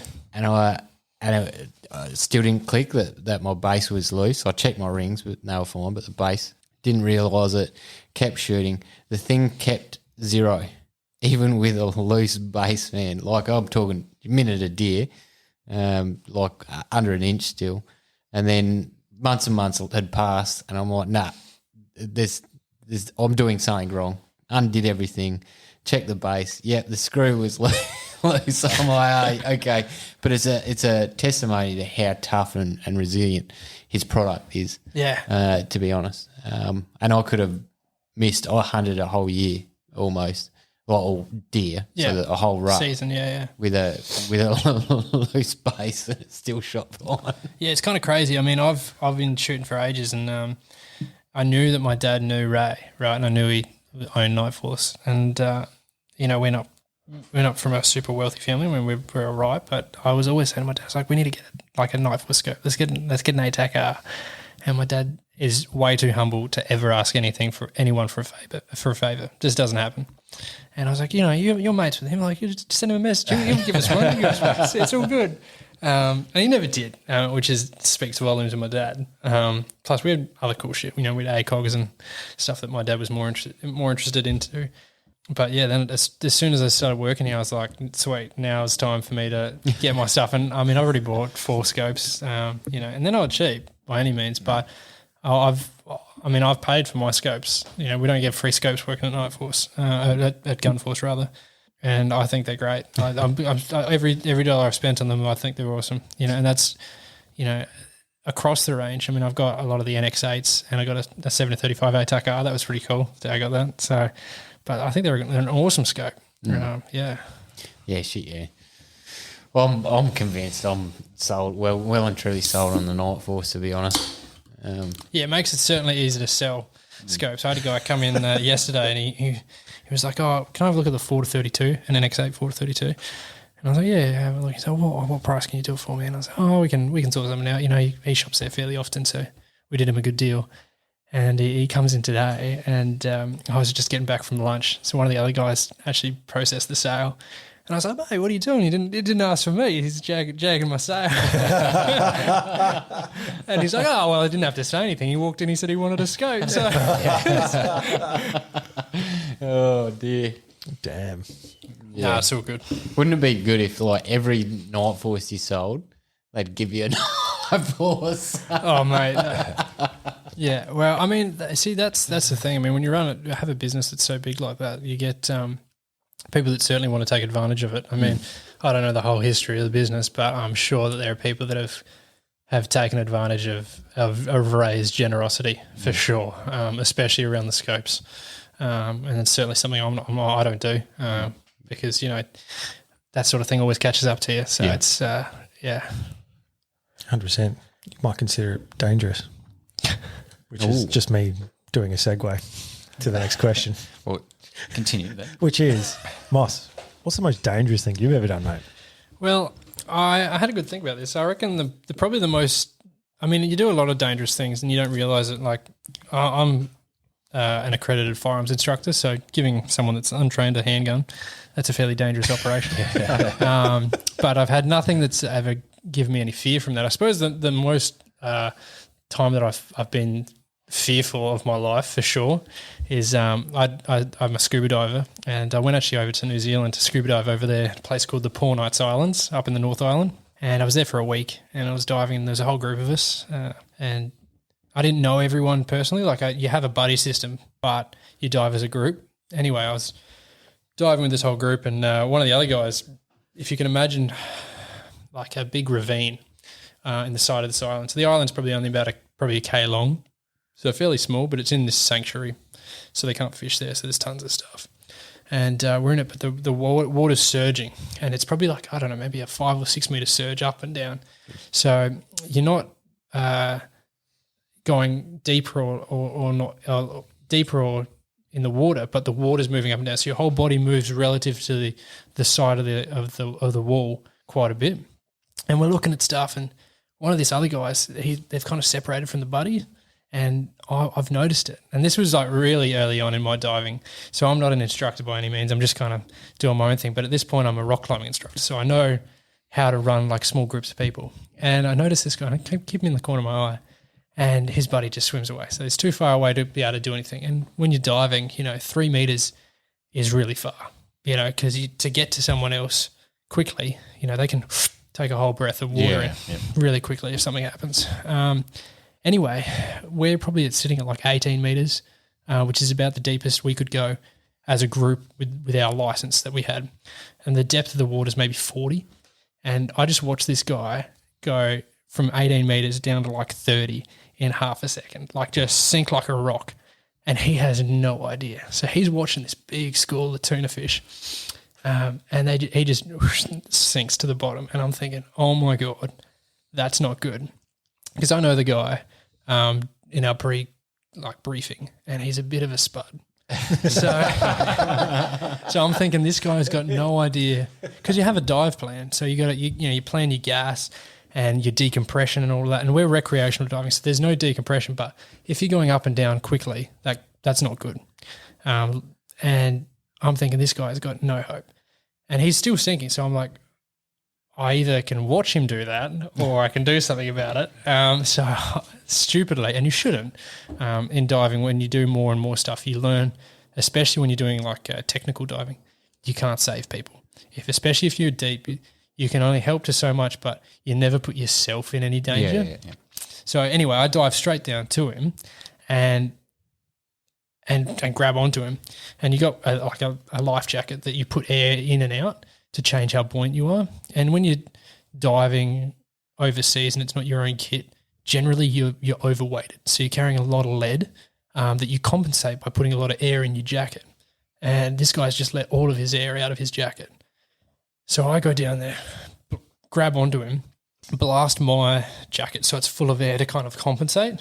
And then I was like, we're going up, and take him back up to where we were. And this whole time I'm like panting. I'm going back and forth. Like I'm working hard, kicking like crazy to keep this guy at the right level. And he's in another world. Just like, oh, the fish are great. How cool is this? And he's thinking I'm being a bit like full on. And I get him to where we're going, and literally he just finds the group. The instructor's nowhere to be found in any of this, by the way. We find the group, and he swims along with them, and he's calm. So he's not breathing heaps. Yeah. And I'm panting like crazy. This whole time, probably like 2 minutes has lapsed. I look at my regulator, that we have a gauge, how much pressure's left in your tank, and I'm like, that ain't good. Like I've just used my most of my tank. Generally, you're supposed to get out with about 50 bar, which is about 25%. You leave that in the tank. Not as a reserve, you just leave it so it doesn't damage the tank. And I'm at like 40 at this point, and I'm still 18 meters deep, and you got to do a safety stop for like 3 minutes. So I'm like, fuck, this ain't good. Anyway, let him go, and I'm like, I'm going up. Get to the top, get back to the boat, and I was fine. There's nothing in the tank. So there's water in the tank, and that's the whole thing. And then get back on the boat, and I was like, dude, what are you doing? He's like, what are you doing, man? Like, I was just looking at the fish, and I was like, you've got no idea. Like, I was out of air, underwater. So that was pretty freaky, yeah. I got a cool story about that, like with the dive course that I did in the East Coast. And yeah, their last dive was down to 18 meters. And the swell was pretty bad, so we took a buoy rope down. Yeah. So my buddy that I was tagged up with, we both just got on the piss each night. So we were the worst buddies, and we had just not a good idea to drink before diving. Yeah. So we were at this point. I wasn't sure if I was getting seasick or I was just being an idiot. Yeah. So we were the worst buddies. We didn't check each other. We just wanted to get that meter or two down below the surface, and that's when that sickness just disappears. Yep. That's the weirdest thing. But yeah, especially on a if you're diving out in the ocean, being on the boat's not a good place to be. No, as soon as you get in the water, shit. you're cool. Yeah. You're just waiting for that moment where you can just get in the water. Yeah. But the coming up's the worst part as well because it comes back. Yeah. But so we pulled ourselves down to the bottom. So it was quick descent. But once we got down the bottom, everyone's sort of kneeling down on the sand. They're waiting for everyone to sort of set up. And I'm fucking trying to keep down. I'm like, what's going on here? I like deflate the vest. It's still not working. Yeah. And I'm like, what? I didn't realize until afterwards. But I ran out of, is it 200 bar? Yeah. In it was like 8 minutes. Yeah. Wow. Just fighting the. Oh my God, yeah. Because I didn't know at the time, but I forgot my weight belt. Yeah, that's So- right. Yeah, so you didn't check that. Yeah, you didn't do your full checks. It reminded me of that because you were fighting to keep him up, and just Yes. like scuba diving is not a good thing to exert yourself. It's really sort of a lazy. It's the lazier lazy sport. the are you, the better. Yeah, and So- like an average person, like that's a beginner, is doing like a tank in like half an hour. You get good, you're doing like an hour. Great, you're an hour and a half. Yeah. So to do it in 8 minutes is like you're working hard to stay underwater. And then once, because I took my last breath at 18 meters. Yeah. I was telling my It's like, I gotta get out of here. It wasn't my instructor, but it was a guy I was in the army with. He used to be an instructor, and we got through the course through his old work. And I told him, I showed him the thing. I'm like, I'm out. And then I went to doing go the take full one more song. breath and got half a breath. And I'm like, and I thought he wasn't taking me seriously. So, because he was turning to tell the instructor what's going on, and he's going up. But I saw him take his emergency out, and then obviously you're supposed to take your emergency out, give that to yourself, and give your normal regulator to the person because it's Yep. longer. Yeah. Well, in that moment, I'm like, he's giving it to me, so I grabbed it, and I'm like tucked up into his chest and on his emergency, and then we rose up, and then so as soon as I got to the surface, I power chucked the guy, the driver, which was the owner of the course or The operator. business. Yeah. He's been all around the world doing instructing and all that. And he's like, one, I haven't seen someone go through air that quick. And two, at neck level, I haven't seen someone throw up that fast. So that's the only time I've been scuba diving, but I definitely want to do it again. That's good fun. Oh, it's awesome. I mean, scuba diving is one of the coolest things you can do. Not to hijack your topic, but it's just super cool, man. Like Yeah. I totally forgot. I worked at a dive shop as well, because a little tip for people that want to do adventurous sort of things: if you work at the shop that sells the stuff, it's cheaper. So, so I worked at this dive shop, and got all my stuff. I got twin regs, side mount, and everything. I did a whole bunch of training that was a lot cheaper when you mates with the instructors. And I mean, some of the coolest stuff you can do. Like if you go wreck diving, it's super cool. Technical scuba diving is good fun. Yeah. And but it's, I mean, like if you go out somewhere camping or whatever, and all your gear gets wet and it's cold, and you're like, shit, I'm not in a good way. Like this could turn pretty bad pretty quick. You got hours. Diving, it's seconds, it's minutes. If your gear's not squared away. If you go wreck diving and you get separated and you panic, it turns out, it goes bad pretty quick. it's amazing how much you do not think when you start panicking. Oh, 100%. You just switch off and you go, and that was my first ever scuba dive, open water scuba dive. So we did some pool sessions, and then we went out and went out to the beach. And this is Glenelg, so it's like 8 meters deep. Yeah. It was the funniest thing. It's terrible. I mean, she nearly died, but it was funny. So this chick in the course, she literally she's swimming along, and then her buddy swims just ahead of her and smacks her square in the face with her fins, rips off her mask and her reg out of her mouth. So she's just exhaled a full breath, goes to inhale, realizes it's water, so she doesn't inhale. Thankfully, she didn't inhale. Yeah. She was switched on enough to not do that. Mask fell off too, and just totally cool, looking around, and then instant panic. And it was, I saw that too. So I ran over and I'd shoved my reg in her mouth on that particular dive. This is the first dive I've ever done. I'm thinking, geez, this is a loose situation. I would say nearly every dive I've been on, something like dodgy has happened, which is, I mean, that's part of diving, but it's also super fun. I mean, there's reward. If you do it right, it's, like, I've never had any issues from my gear because because of that first one. I think it put me in a position where I was like, maybe I'll double check all my gear. I might not be the one that goes, oh yeah, it should be right. Yeah. There's this whole I can't think of the term, but you basically pay, you rock up, and the instructors will put all your gear together, and you just sit down and they chuck it on your back, and you don't check anything, and that's like you pay for that, and you go on liveaboard boats and you can do that. I never subscribed to any of that because that is like, I couldn't rely on anyone. Well, you're getting gear that you've never seen or tested before, so even you're if trusting that. Well, even if it's your own, like my brother's a scuba diver as well, and he went out with his father-in-law, soon to be father-in-law. They just got engaged, and he went out because they're both divers, and for whatever reason, he's like, "Oh, I'll just crack the tank. So just turn it like a half a turn. I can breathe out of it." But when you go down underwater, it doesn't work. So he's gone down to the bottom and gone, "I can't breathe."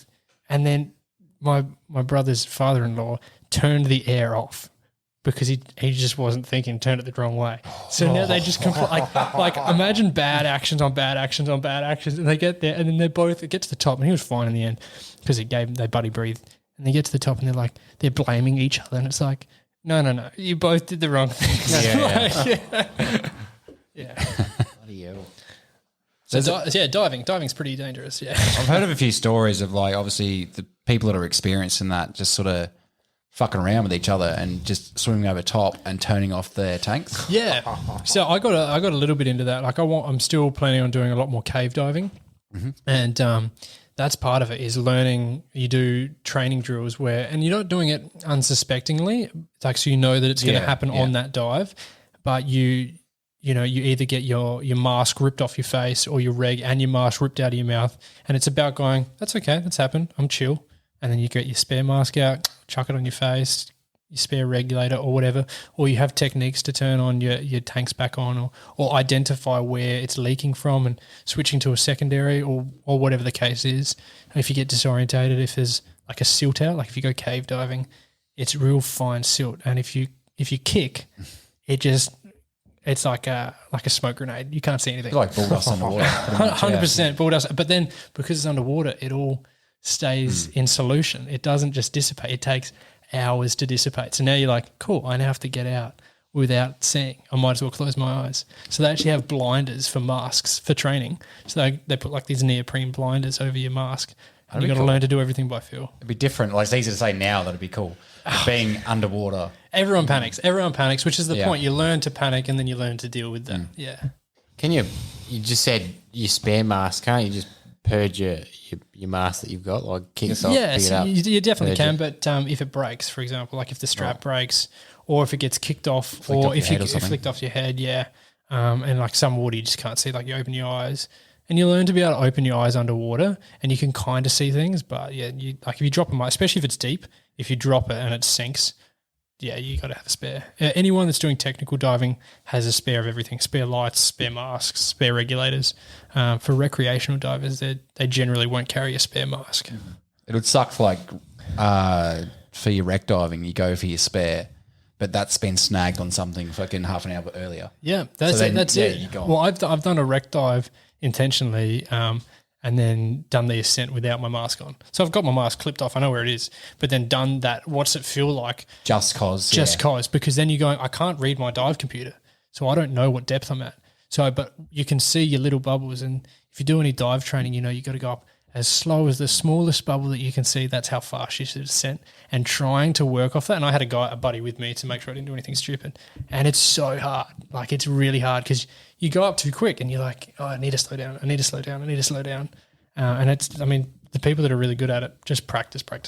Yeah. I guess now that you know that, I guess it'd be different if you're not supervised.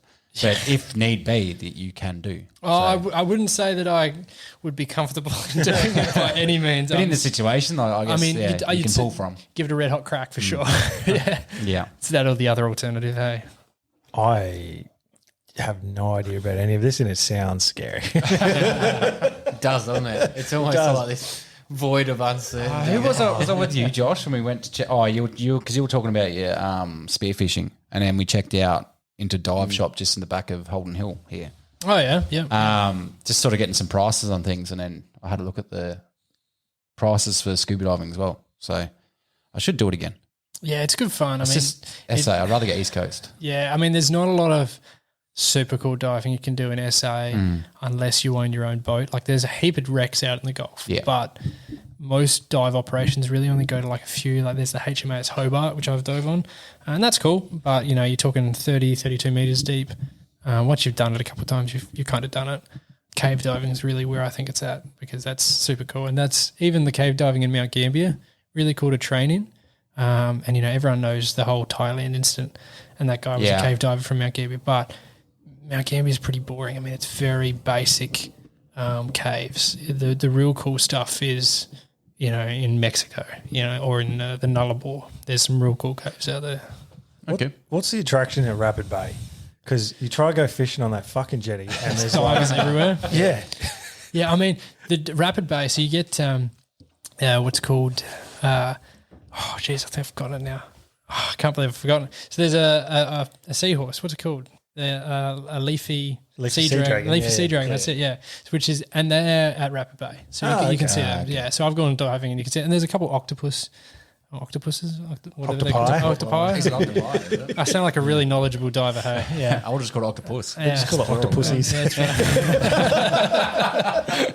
Yeah, well, there's a whole bunch down there, and it's really easy because if you look, I mean, not to be disparaging, but if you look at the type of divers that go there, they're generally of a less fit physique, and it's not as hard to get out into the water there than some of the other places. Yeah, I can see that. I can see what you're saying. You only have to walk down the jetty, and it's not very long. Yeah. Yeah, they're just an annoyance, to be honest. You When you're trying to fish, from a fishing perspective, I find them annoying. Yeah, I mean, it's just I've gone diving where people are fishing, and it's actually quite funny because you can see their lines, and you're like, the fish are over there. You're like catching anything. Yeah, I've done the whole go up to the line and get your tug on it, just to muck with them. Oh, yeah. It's pretty cool. You should just get hooked in the hand. Yeah, shouldn't do that. That's right. Yeah, snags your regulator, pull sharp. Just chopping people's crab nets. You're that dude. Yeah. I gotta ask, how do you go with sharks and the whole fear? There's one thing that I think frightens a lot of people is sharks. How do you deal with that? So sharks, I kind of think of like snakes, right? There's way more out there than you can even think of, but they really don't care about you. Mm-hmm. And the first time I ever interacted with a shark underwater was actually in New Zealand, and I've got great GoPro footage of it. So I was running two GoPros, one on my mask, and then I had a handheld one. And the handheld one can see, it's facing towards me, and it can see the shark coming up from behind, and then my camera can see it, and it literally goes, it was within reach, half a metre, right from my face, right next to me. And you can see my body. Shark?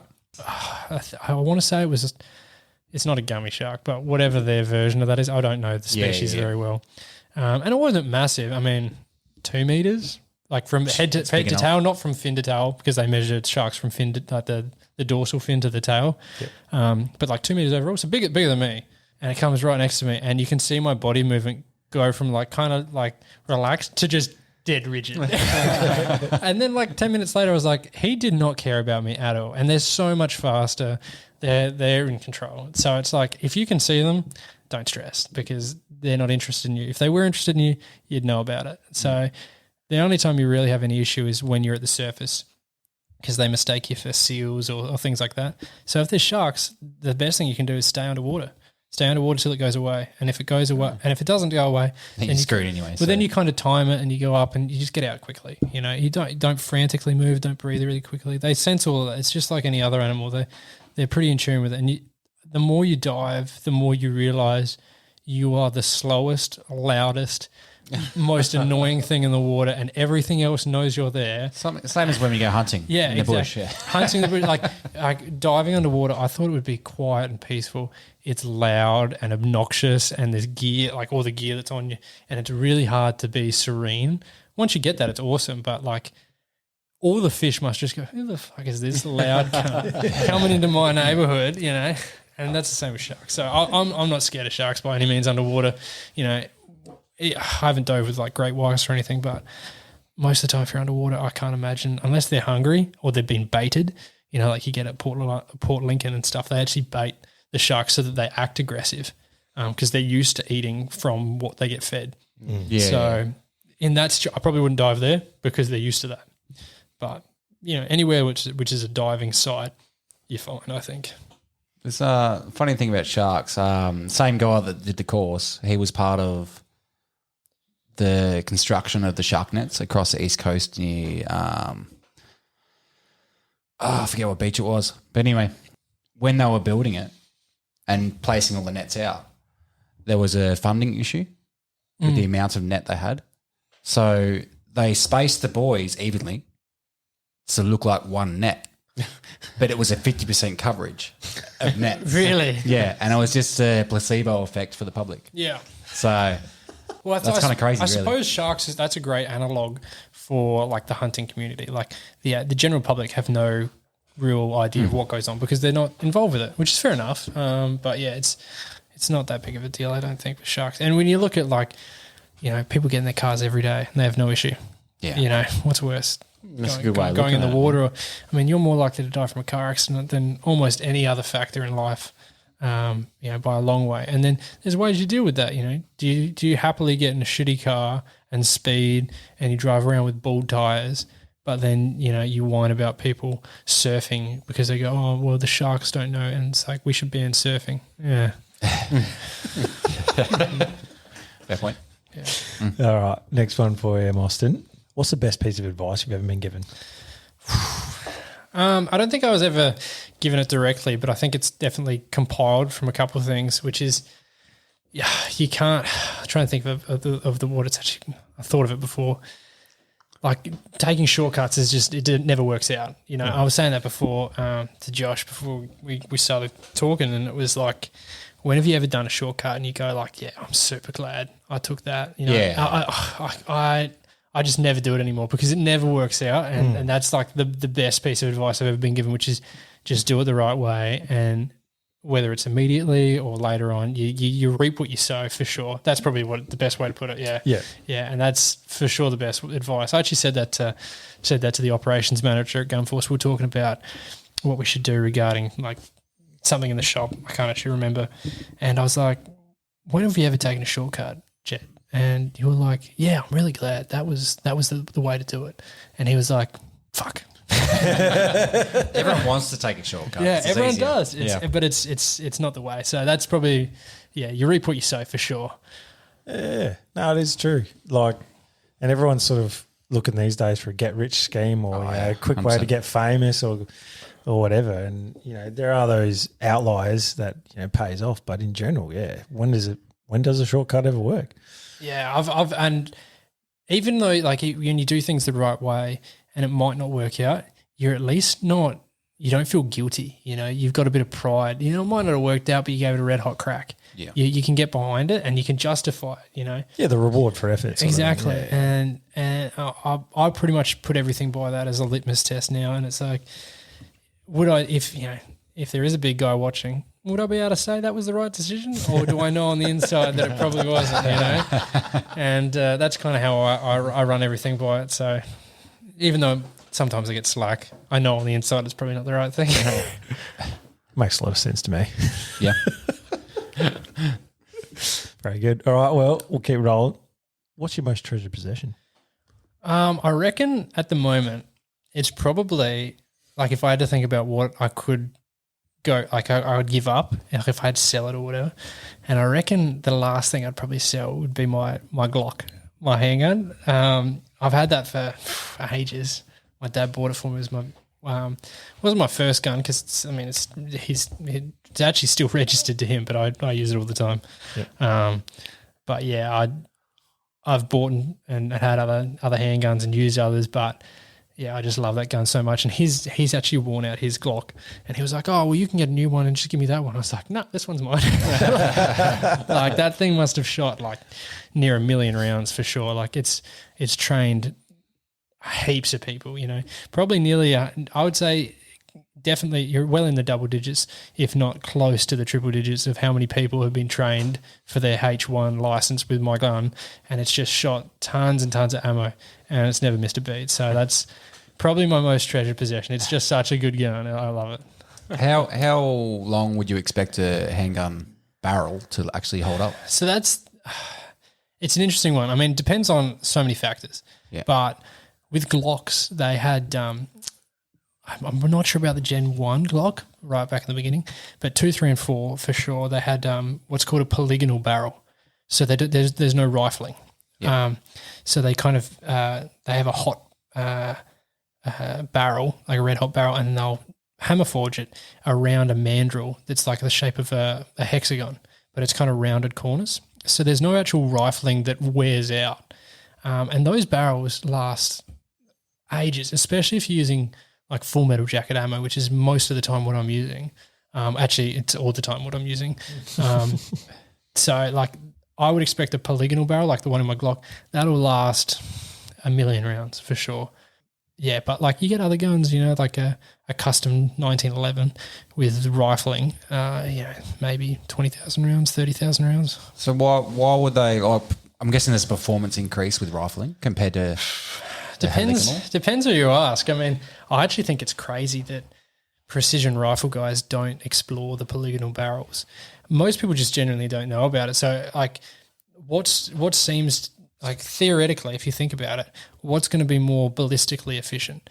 A projectile that has been slightly bent to fit a barrel, or a projectile that's had grooves cut into it?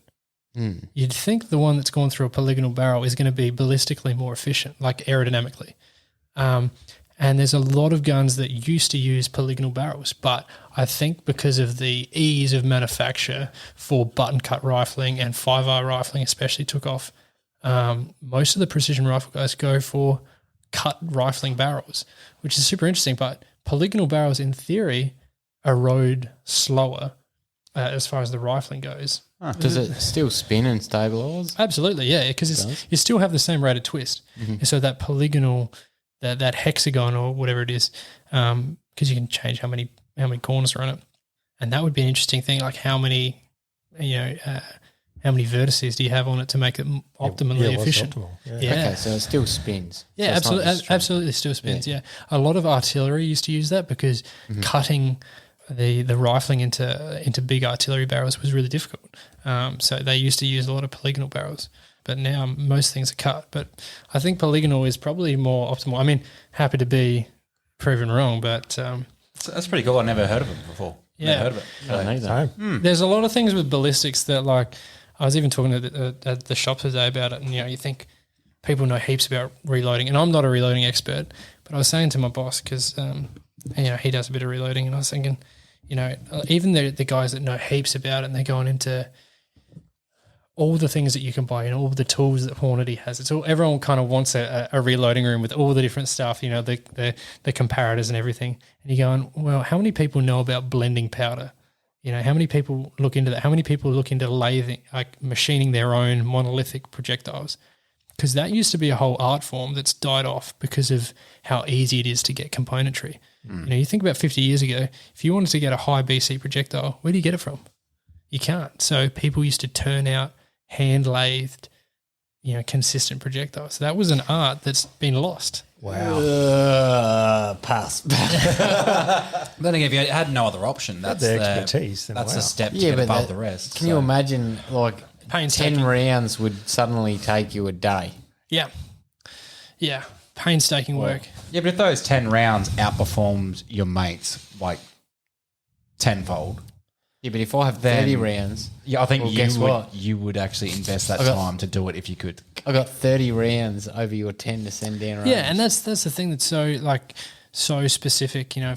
What's your goal? If your goal is to shoot a lot, or if your goal is to be one of those guys, like if you've got a 338 lap or a 50 cal or whatever, or a 416, and you want to shoot 2-3 kilometers, and you really want the consistency, there is definitely a world of hand lathing, and then you recess the tip of the projectile and put an aluminium insert into it, and you change the center of balance and all that. Like, that is a whole world that, there's probably maybe 100 guys in the world that actually do that. Wow. And they get super consistent results.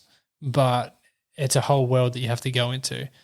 For the average guy, I mean, Hornady ELDMs or Burger, they make some good projectiles that only cost $80 a packet. So That's fucking next level, man. yeah. That's pretty cool. But for those guys, I mean, they should probably look into polygonal barrels, I suppose. Polygamy I'm barrel. gonna have to look. That's all I'm hearing when you say that is polygamy. I'm gonna have to look that up after this. I think. No, I'm like straight away. I'm like, I'm going to read up on that because I've never heard of it. So I thought you were about to say I'm going to start turning my own rounds. Oh, yeah, all right, I won't be I with actually you. looked it up. There's a guy on YouTube that did it, and he's got like this 2-hour video of him. I think it was a 30 cal projectile that he was turning up, and it's just gets a block of copper stock, and he's got it on a metal lathe. He's doing it by hand, and he's got some. If you can imagine like a cross section, a half cross section, so the shape of the curve on the projectile, and he's got that, and he's matching the shape of the projectile to it, and going back and forth to get it perfect. And it's actually, I mean, it's very ASMR to watch him do it, but it's cool. I mean, you spend an hour making one projectile, and and then you shoot it, and you go, I didn't fucking seat it correctly, and then it's fucked. So yeah, Would it? There's no retake on a good round either. That's right. It's like, fuck, that was good. Let's make another one. You said guys are getting pretty consistent, like sort of accuracy out of it. But I mean, with how far projectile technologies come on a manufacturing scale, is it worth it? Certainly not. No, absolutely not. No, I mean, if you think about what you're getting out of a custom build and a little plug for APRS, which is also a part of the Light Force group, they're most, I would say, almost all of their guns that they're getting. I mean, it's some stupid caliber. Their precision guns that they're building, like the 6mm variants, they're all like 0.3 out of the gate with pretty much any decent projectile with any load. I mean, one of our mates, he's got a 6BR, and his first load, 30 grains of, I think, 2208, chucked that in there. 2208 and the 108 ELDMs, and he was getting 0.3 first load. Didn't even do seating depth change. And it's like, at that point, what more are you after? Yeah, you could probably stretch it into 0.2, but at the end of the day, a gust of wind is going to be more influential. I mean, it's only really, ultra long range. You're talking beyond a mile, beyond 2 mile, that those sorts of things come into effect. And if you look at, artillery, that's where they're thinking about center of balance.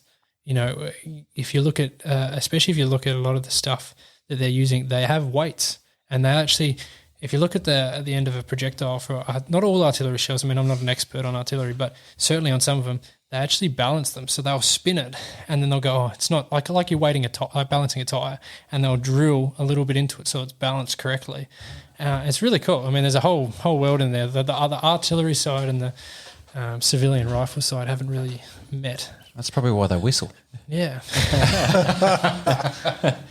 Couchy's going to be sitting there next first time he gets back into reloading his drill side of his projectile, drill straight through.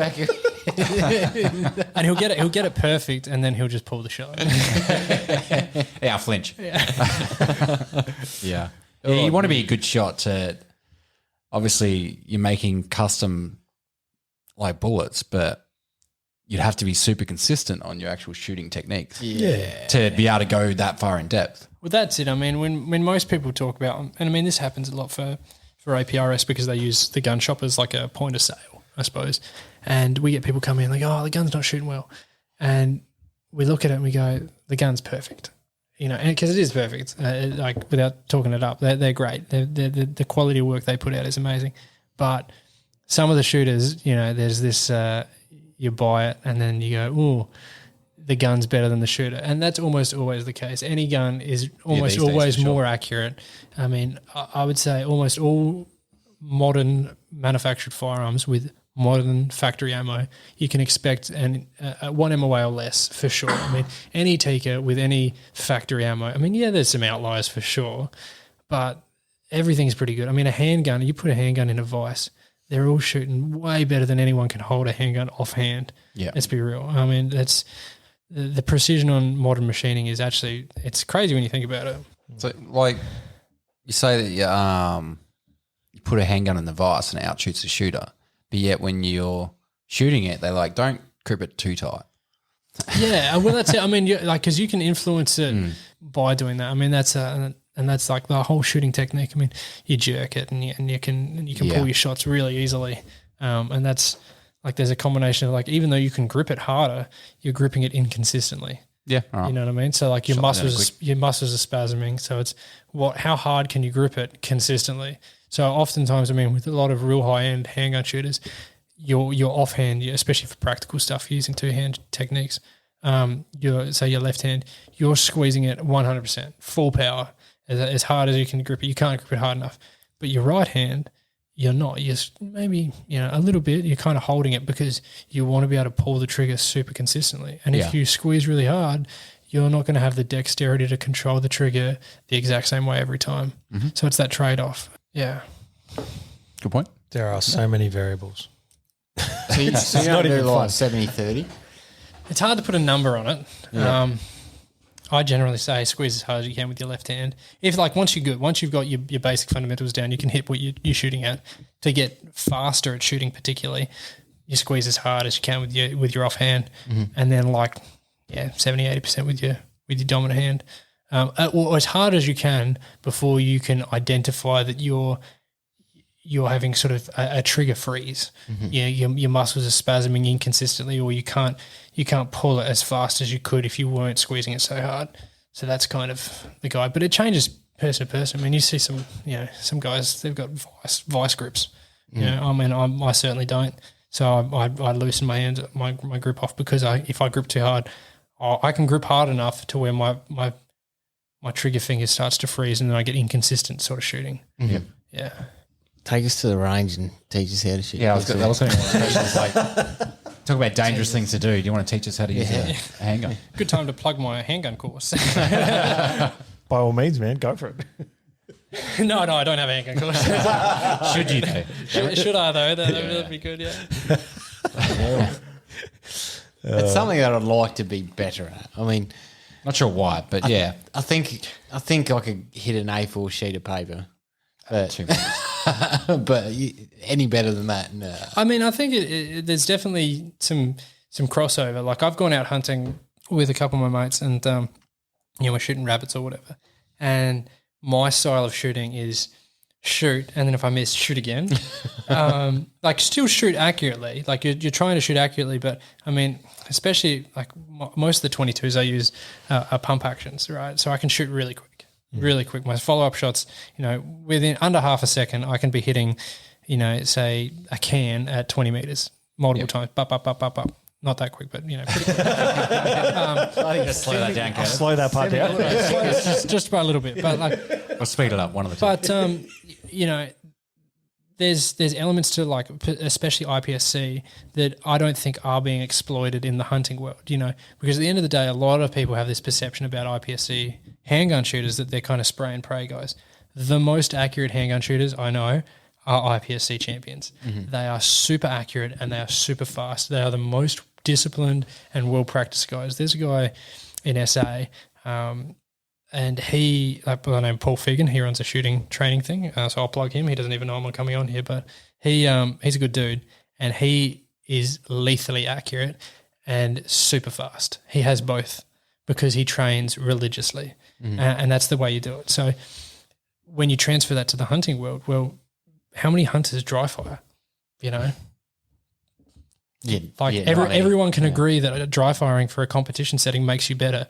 So would it not also follow that dry firing for a hunting perspective makes you better, especially if you're shooting off of not unconventional but difficult positions? If you're shooting off of everyone can shoot off a bag or a tripod when you're prone. A bipod when you're prone. But shooting off a tripod, on an awkward side of a hill, to be able to do that at 200, 300 meters to get a good shot, that takes practice. You can't just do that. You can't just buy the gear. You've got to practice. So the dry fire element is something that should be at least considered. Yeah. It's a way that you can sort of see your own flaws with a rifle, that dry firing technique, especially if you've got a high magnification scope. Like say the NX8 32 power wound in 100 metres and you've got a small dot, maybe 5 cent piece dot on your target, you're dry firing at the range, you can actually see your trigger squeeze. Yeah, you see the reticle just go completely off the target and then come back and you're like... And you're steady as shit, but it's doing that every time that trigger snaps. And, you might not realise it the first time, but say after 20 times, you're like, holy shit, that's my finger. Yeah. And that's that trigger just too heavy. Yeah, without a doubt. I mean, practicing that and learning that you can pull 99% of people can pull triggers without disturbing the gun. And they have the skills and the physical ability to do it. They just haven't tried in a way where they can identify what they're doing wrong to learn how to get better. Yeah, I think that's patience they lack. Yeah. Patience, right. Yeah. And I mean, it's time. Not everyone can spend time, but dry fire, there's some weird misconception. It takes hours. the best way to dry fire is 5, 10 minutes, 15 minutes max of 100% focus, and you do it really good for 5 minutes, and then you stop. And then maybe the next day or the day or two later, you do it again. Consistency is what drives consistency, not duration. Spending 2 hours dry firing and you're getting distracted and you're not focused 100% the whole time, and then you don't do it for 3 months, that's not going to make you any better. But doing it for 5 minutes, once a week, that will definitely show improvement without a doubt. And the more regularly you can do it, the better. Not so much the duration. Would you say that, like, say dry firing for 2 hours, like without really concentrating on it, would actually form worse habits? Yeah, it definitely can. I mean, I see that a lot with guys that I teach handgun stuff to. They'll be super excited, and they dry fire, and they haven't learned how to dry fire, and they do all this stuff that gives them bad habits, because you can get really quick at pulling a gun out of a holster, but you can do it in a way that's ingraining a way that is not productive to get any better. So you plateau, and that happens pretty often. You see guys that are super enthusiastic, but not necessarily haven't had that much training. They get really good really quickly, and they plateau. Yeah, because they've ingrained all these bad habits, and then all the bad habits become the limiting factors, and they go, I can't progress past this because I've actually inbuilt, a way that has a physical limit. Like, I can't do it any faster because of whatever the case is. And it takes a lot more training to then unpack that, because you need an instructor that can not only teach you how to unpack it, but they need to identify it. And it's really hard. I mean, especially if someone's drawing a gun, like a handgun shooting, for example, and they can do a draw in like 1.1 seconds, right? And they go, I want to be able to do it under 1 second and actually hit the target. Super, super possible. I mean, I can do that. A lot of guys can do that. But to do it, you have to identify you've got to be efficient in your motion, not just fast. If you watch some guys there's guys in the US that are doing draws in like 0.6 of a second, which is lightning fast. But when you watch them, you're like, yeah, that was pretty smooth. Because it's all efficiency, emotion. And identifying that's the hardest part. And there's not a heap of instructors in Australia that are good enough to identify that, to be honest. So I've heard of guys doing like figure of 8 motion with your reticle on a rifle standing freehand, right, and snapping it on sort of like the downstroke of the 8, or some sort of pattern where you're going to start squeezing, but you're going to stay in that motion of the pattern, run over target and fire. Yep. Is that the same principle with the handgun? I mean, to some point for sure. A lot of guys have differing opinions on it. So, I mean, there's definitely merit to that. So that it's not that that's not correct. Like, it works to a degree, but it's not the only thing that works. There's other ways of doing it. Like, when I shoot handguns, I don't try and have a consistent sort of motion. I'm shooting too quick to do that. And a lot of guys are shooting too quick to do that. What we're looking for is to be sight confirmation. So we don't look at our sights necessarily with handgun shooting. We're very target focused. So what we train to do, or try to train to do, is look at a target and then build the muscle memory to position the gun based off of where I'm looking. So if I look at a target, I naturally will point. Like, if you point at something, you can point directly at it. Your proprioception does that. But what it's now doing is, okay, that's natural, putting a handgun with a red dot on it to try and imitate that and learn that I want to put the red dot on the thing I'm looking at. That takes time to build that and repetition's what does that.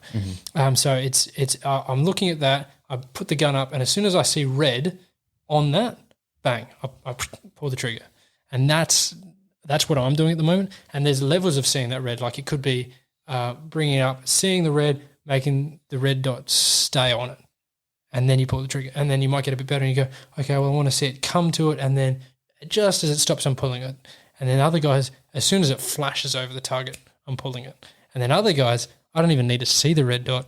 I'm just looking at it, and then when it feels good, whipping that shot off. And there's, depending on the target distance and the size, all of those work. But it's practice. Fucking hell. And just trusting your own techniques as well. Yeah, and that's it. Like, I'm very comfortable in shooting stuff without seeing my sights, both in handgun and rifle, but not at 400 meters. So it's there's a distance and a target size. It's all very dependent, but it's practice and volume of fire. Like, shit, I would hate to think how many rounds I've fired. You know, it's insane, especially like 22 and 9 mil. It's just an absurd number that when people go like, you know, when you see guys get arrested and, they had, you know, a hoard of firearms and ammunition, 1,000 rounds of high velocity. And you're like, what? That's nothing. And that's what it takes. And it's just practice. And a lot of the good guys, like the really good guys internationally, they're shooting thousands and thousands and thousands of rounds because it becomes muscle memory. Like, what's the difference between, you know, an amateur and a professional? An amateur does it till they get it right. A professional does it till they can't get it wrong. And that's the same thing with shooting. Hey, Mostyn. Now you've mentioned you want to get more into the hunting side of things. And you've done a bit, but you want to ramp it up a bit. So a two-parter for you. What do you see that looking like in terms of getting more into the hunting? And then the second part, what's your dream hunt? What I see it looking like. Well, what I'd really love to do, and I was actually saying this to my partner a few months ago, I would love to be able to, and I've got a goal, which is good. It's good to have a goal. I want, by the start of next year, I want all the meat that I eat to be something that I've hunted. Well, sounds like you need a 270. That's a very quick step. Yeah. So I mean, that's a pretty big jump. But am I expecting to get to that goal? Probably not. But I'd love to be able to. Sweet. Yeah, that's a good goal. And that's an ethical thing and a health reason, an environmental reason. I mean, I don't think the world is about to flood from global warming personally, but I think it's more sustainable to know where your food comes from, for sure. True. I think it's healthier when you can pick and choose what that is.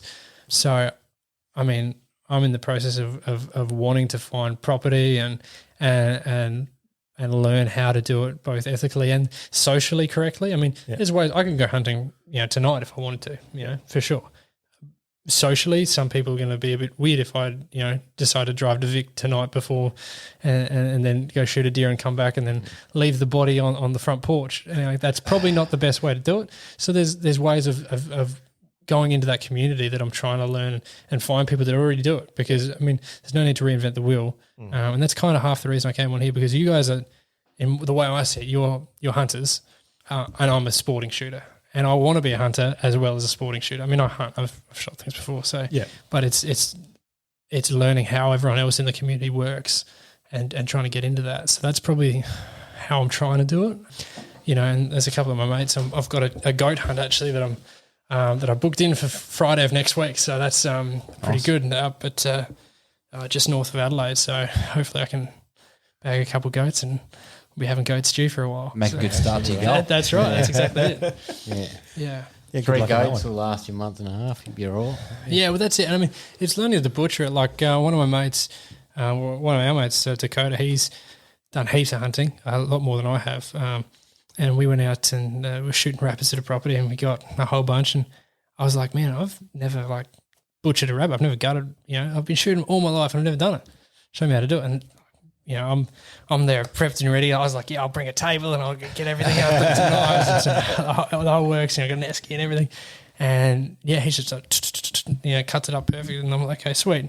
I got into it and, you know, cut them up, cooked and ate them. And I thought it was great. So I'm all on board to do it, but it's, you know, there's a world of knowledge that I don't know in hunting, you know, and it's something I'm super keen to learn, because I think it's good, and I'd love to find out more for sure. Very good. Part 2. Do you have a dream hunt? Probably, I don't know. I mean, for whatever reason, I'm super interested in long range hunting, even though I think there's an issue to that. So I'm kind of conflicted, but I think it's kind of cool. Like when you see it and it's done right, and you're like, fuck, you know, that guy whacked an elk from like 1,800 meters and it was perfect and it dropped and it was all sweet. Yeah. But there's so many factors that can go wrong to that. Oh, yeah. You wonder how many times that's gone wrong. Oh, yeah. 100%. Yeah. 100%. So, I mean, I think what would be really cool, like a dream hunt for me, would be kind of some of the like sheep hunts that I've seen, especially online, where people are like, they're pushing through the mountains and they're like fit as, like, I think I'm relatively fit. I'm not. You know, I mean, I try, but I'm not comparatively to some of these guys. Like you see the videos that get put up by like Cameron Haynes when he's bow hunting, and you're like, man, I'm not even in the game, you know. And like, I'd love a goat hunt like that would be sweet. So like, where you're just putting in the miles, you're putting in the work, and then you see it, and even if it's 300 meters away, but a good shot like that, like it's not so much what it is and the distance or anything like that, but the adversity to get there. Exactly. Yeah. Actually putting in the hard yards to get like I suppose a rare hunt, like when you're after a particular thing, and there's tons of other stuff. Yeah. But you choose not to hunt them, and then you're going like, I'm after this, and that's what I'm looking for. Or especially if there was a specific one. Like I've seen videos where people are like, I know there's a particular one and like it's got a marking or something, and then they find it and it's like, that's super cool. That's pretty much hunting to a T, I'd feel. Yeah. Is it's more about the experience and the progression to it rather than the actual like killing as well. So yeah, like I certainly don't get off on killing things. That's not something for me. I mean, I'm not a huge trophy guy. Like, to be honest, I'd probably take antlers more to cut them up, and like I'm a big knife collector, and like I'd be wanting them to make knife handles, shit like that. So I'm not a real big trophy guy, at least not at this point. I mean, till one walks out in front of you. Well, that's exactly you think people. It's really easy to judge other groups of people, and the easiest thing I put it is if there's a group of people doing something, there has to be some merit to it. There has to be something they're getting from it that I don't know, and diving into that with the open mind of going, maybe there's a reason why people collect trophies.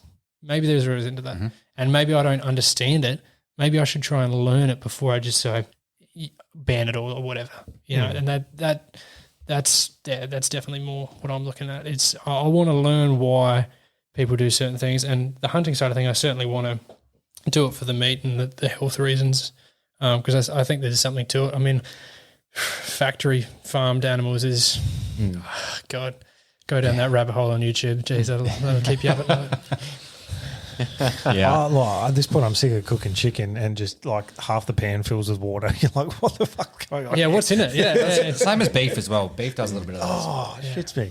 Like, that being said, I can eat chicken all day long, mate. Yeah. I do love a bit of KFC. deep fried chicken. Yeah. You can get what you're searching for in like a sheep hunt or something like that. You can get that in sambar hunting. It's just how far you're willing to push yourself with sambar hunting. I mean, you can hunt the fringe. You can go riding. You can go half-assed in and drive and then walk a little bit. You could walk for 5 days in and then hunt at extended ranges or close range or whatever. It's going to get you there, and it's only, 1,000 Ks away.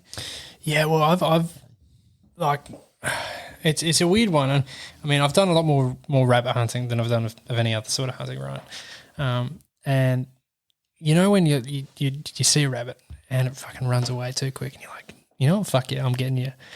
I've no shit. So my brother's got a bunch of property, and there was one that was like that. I was just about to pull the trigger, and he fucking jumped away, and I thought, fuck him, and I just bolted. Full sprint, and I ran after this cat. I must have gone 200 meters, and I found the cat, and he kept running. Look at him, fucking still. So he wasn't near his warren. So he's fucked. He's in the open, and I mean it's long grass. So I was chasing this cat down, and I was fine, and I got him. I was like, you know what?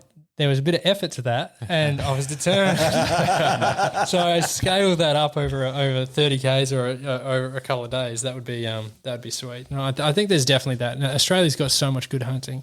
You see some of the guys, especially online, how passionate they are with the history of hunting, and how it's certainly a part of Australian culture, especially over in the eastern states. Deer hunting is such a cultural thing, and it's been victimised, and the people that are a part of it have been turned into this sort of inhumane sort of group of people, and it's not really. I mean, and I can say that because I'm certainly not from that, or at least I've never done that in my lifetime. So for me to be able to look at it and go, there's something to it. I don't think there's, it's a culture, and I think it's an honest culture of people that are willing to put in effort to get the reward from it. So yeah, and it's something I'd like to be a part of. Yeah. Yeah, let's get a Vic. Yeah, exactly. Hang on, you're from New Zealand, man. No, well, I'm born in Adelaide. I'm just Your family's from New Zealand, but Yeah. like, on his dad's side. yeah, Otherwise, it's like 7 generations SA. smash out some bloody guitar hunting, man. That's gonna. I will be. I will be trying to get over there. I want to get it done here first. At least get my gear sorted because I've got tons of like cool competition shooting stuff. And then I was like, I don't even own a 308. Like, I don't own a bolt action rifle. Like, what's going on here? So I was. No, you don't need a 308. You need a 270, man. 270. Let's talk everyone into that. We have all this ammo at the gun shop that was bought from managers gone by when it wasn't running super great. And every time something like there's a silly decision, it's, oh yeah, we need to stock up on 35 wheel and some 220 Swift. All the really useful calibers, yeah. 220 Swifts, all right. Well, I mean, 220. It's just that ammo is sitting there for like ever, and no one's ever bought any. Oh dear. Well, this question is a bit of a 180, but Mostyn, what's your favourite movie?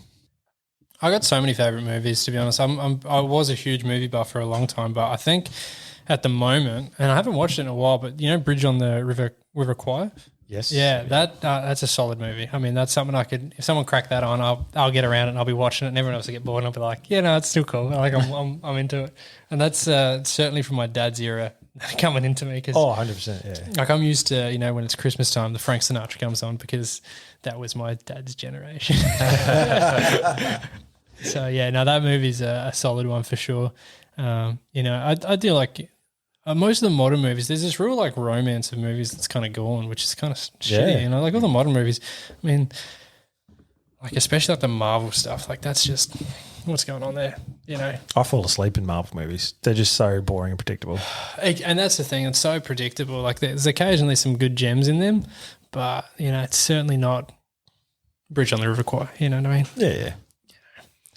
No real depth to the story, yeah. Yeah, and there's the originality's gone. I mean, I love Quentin Tarantino stuff because of that, you know, and what's his name? Guy Ritchie? Guy Ritchie, yeah. His movies, because they're original, you know, there's something that's unique, and you're watching it when the first time, there's nothing like watching a movie that you have no idea what's going to happen, and it unfolds, and you're like, this is so cool. But you only get that once, you know, because once you've seen a Guy Ritchie movie, you're like, I know the twists and turns now.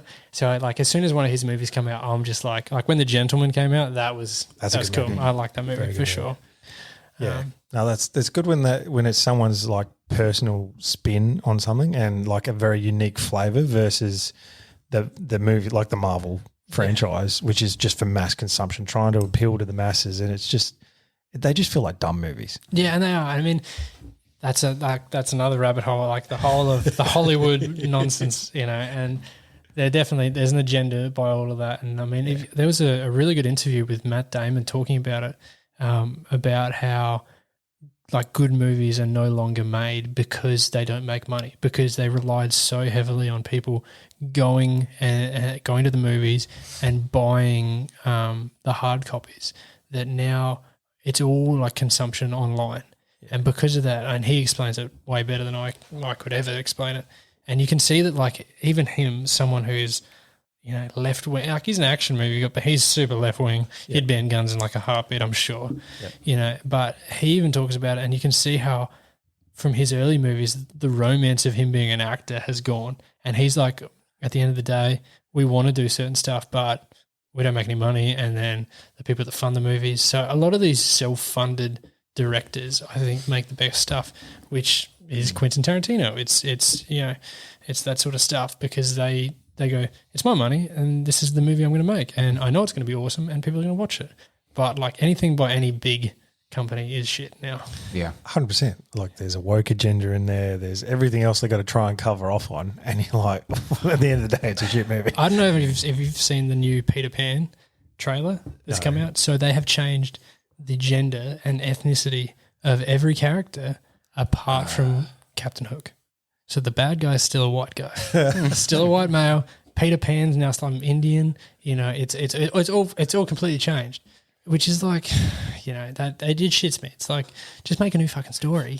you know? Like I don't care about all that. Like if you want to make a story that's got a female lead, go for your life, but make a new story. Don't change a story that's already existing. Mm-hmm. That doesn't make any sense.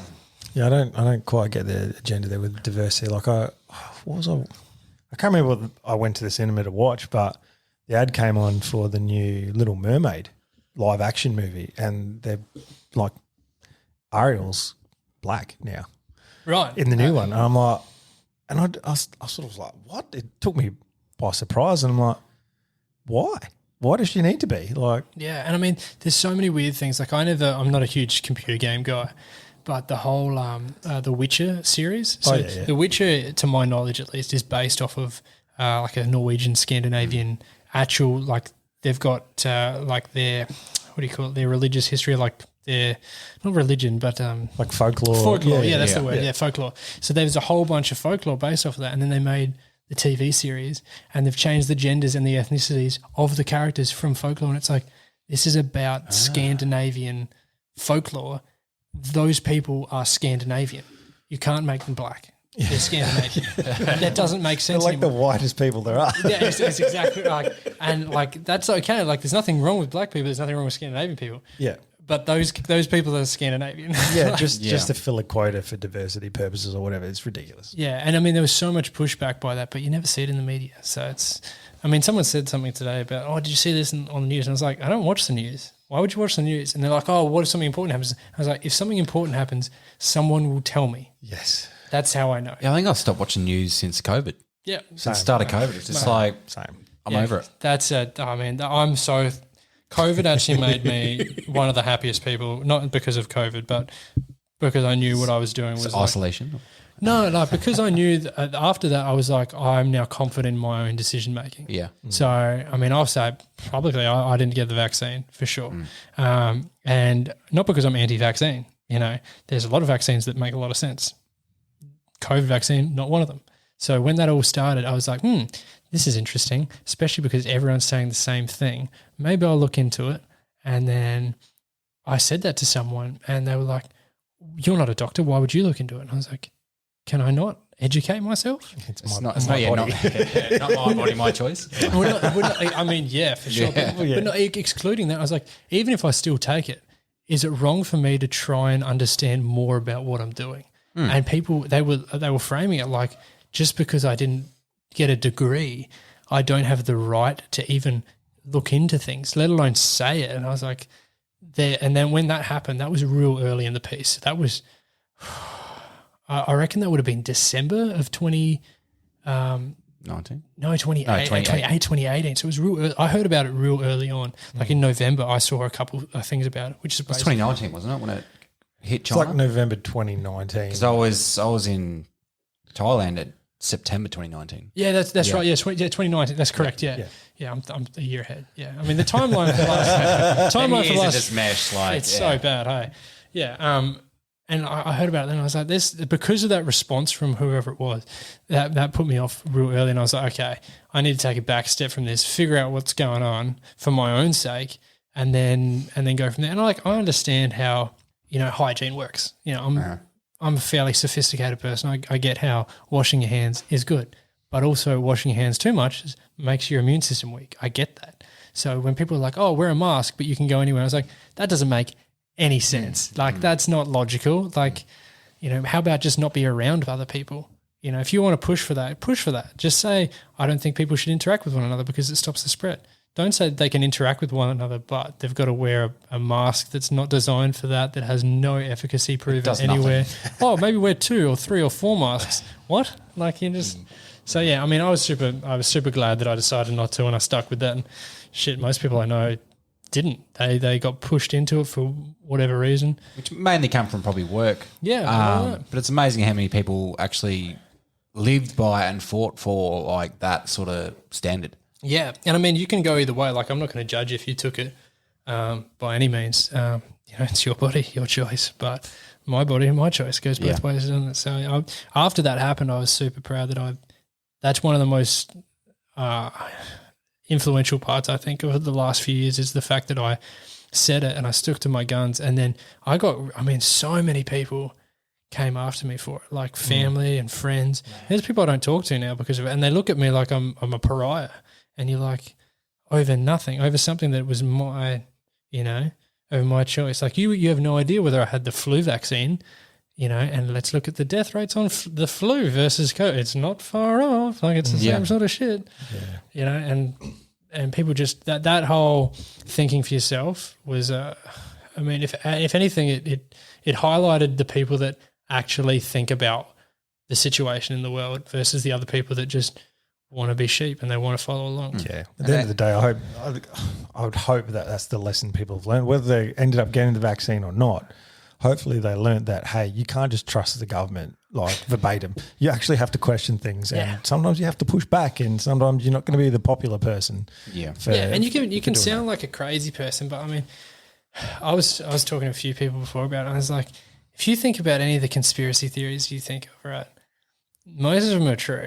Most of them are fucking true. And like the whole JFK thing, like, because the ballistic side of that is what got my dad super interested in it. So he's got like original recordings of the Zapruder film and all of that. And he's got like footage where he's overlaid bullet tracing and all this sort of shit. So he did the whole JFK right up in it. And he's like, yeah, I know who it is. Like the FBI made this statement that there was no one there with a rifle, and here's a photo of George Hickey Jr. with his M16 on the back of the fucking car, and all like fully into it. So that one was like, okay, the government definitely made some bullshit up about that, right? And we know who did it. Like it's obvious. George Hickey Jr. was the one that fired the shot that hit him. It wasn't intentional. He fucking slipped. There's video footage of it. Or go down that rabbit hole at your own discretion. Yes. But after you look into that, you're like, okay, well, what else is there, And then the Port Arthur thing, that's a whole, like, and I'm a good shooter. Like I'm a very good shooter, and I can say that. And the time frame in which those shots were supposed to be taken and the accuracy of that, I mean, yeah, it's possible, but some crazy person in a with stressful environment. Yeah, stressful environment, someone that had no previous firearms, okay, he might have shot a gun or whatever, but proficiency level to be able to pull those sorts of things off, that doesn't make sense. Those things don't correlate. So, yeah, coming into the whole COVID thing, it's like, yeah, I don't trust anyone. I trust what makes sense. And I listen to everyone for sure, but, I'll give you credence to explain yourself, but, I'll make up my own mind things. Yeah. There's definitely no harm in asking some questions. To be honest, I mean, I fell into part of it because at one point I was like, looking at the statistics, white males between 18 and 25 were having serious heart issues because of it. And then I looked at the statistics and I was like, 70-year-olds are not having those issues. So I spoke to my dad about it and I was like, with the facts that make sense now, you should take it and he's only got one functional lung. That's a whole story. So I was like, you're already immunocompromised because of your age and your respiratory system's already fucking compromised. You should probably take it with the facts that we have at this point. And this was like mid to late 2019. And I was like, but for me, it doesn't make fucking sense. So I'm not going to take it. And even that, like me conceding part of it, some people looked at that like I was a fucking retard. And I was thinking like, I'm saying like trying to kill your father. Or I'm trying to kill my dad. Like, no, absolutely not. Like, I was saying it makes sense for him. More facts now, no, And I mean, he can make up his own mind. But because I care for him, I was like, maybe I might, at least offer my opinion in a nice way, But he can make up his own decision. He's a grown man, Yeah. Like, I wouldn't. Aside from work, I wouldn't have got it. Like I had to. And I put my foot down when it came to my kids. I'm like, no fucking way they're getting it. Yeah. So the kids one I could not understand based on any of the stats. I could not see what anyone would get their kids. And that's, to be honest, that's probably the thing I'm fearful most of. Like I'm only young. I don't have kids. I've got a partner that we've been fairly long term so far. But I mean, I certainly want kids. But geez, the next 10 years. Oh, yeah, it's scary. I mean, like public, like schooling and everything, that's a whole. Yeah. Yeah, and we could talk for hours on the standard of fucking schooling these days as well. Yeah, and the thing is, it's all from like a good point of view. It's like people want the best. Like they're not. I think most people aren't being nefarious. It's just at some point they go, I don't have the energy to argue over it anymore. And they just do what's easiest. Yeah. Yeah. Well, we're coming to a natural conclusion, but there is one more question for you, Mostyn. What was your first firearm? So I reckon the gun that takes that position was not actually my first registered firearm. but it was the first one that had my name on it. So my dad had a whole bunch of semi-auto 22s back in the day, and then they banned them, so he sold them all. And then he was like, what's a good replacement for a semi-auto 22? I'll get a pump action. So he bought a whole bunch of Sportco pump action 22s and chopped the barrels down to like a minimum overall length, cut the stocks so that they were like a little handy gun, and he had his one, and then he engraved my brother's name on one and put my name on the other, and it's the coolest thing ever. So yeah, we've got a whole bunch of little Sportco. I can't remember, I think it's a model 90, but they got like a box magazine, so they don't have a tube. So yeah, they're good little 20-shot box magazine on a 22. It's awesome little gun. Yeah, no, they're Good fun. They're super That would have cool. been fun. Yeah, they're that's definitely. I would say that takes the place for the first gun. Now, you mentioned before about a build that you've they're just completed, or you're talking about Yeah, 22. Yeah, I built a 22 only. It would have been 6 months ago now. I ended up getting a. So I had a whole bunch of 22s, some cheap ones.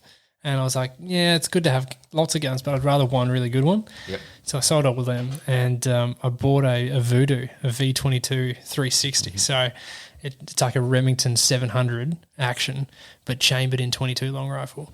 So it's this obnoxiously overbuilt, heavy 22, but it's got a 22-inch MTU profile barrel, so real thick, like not like centerfire truck axle almost, but not quite that. But it's pretty big and heavy.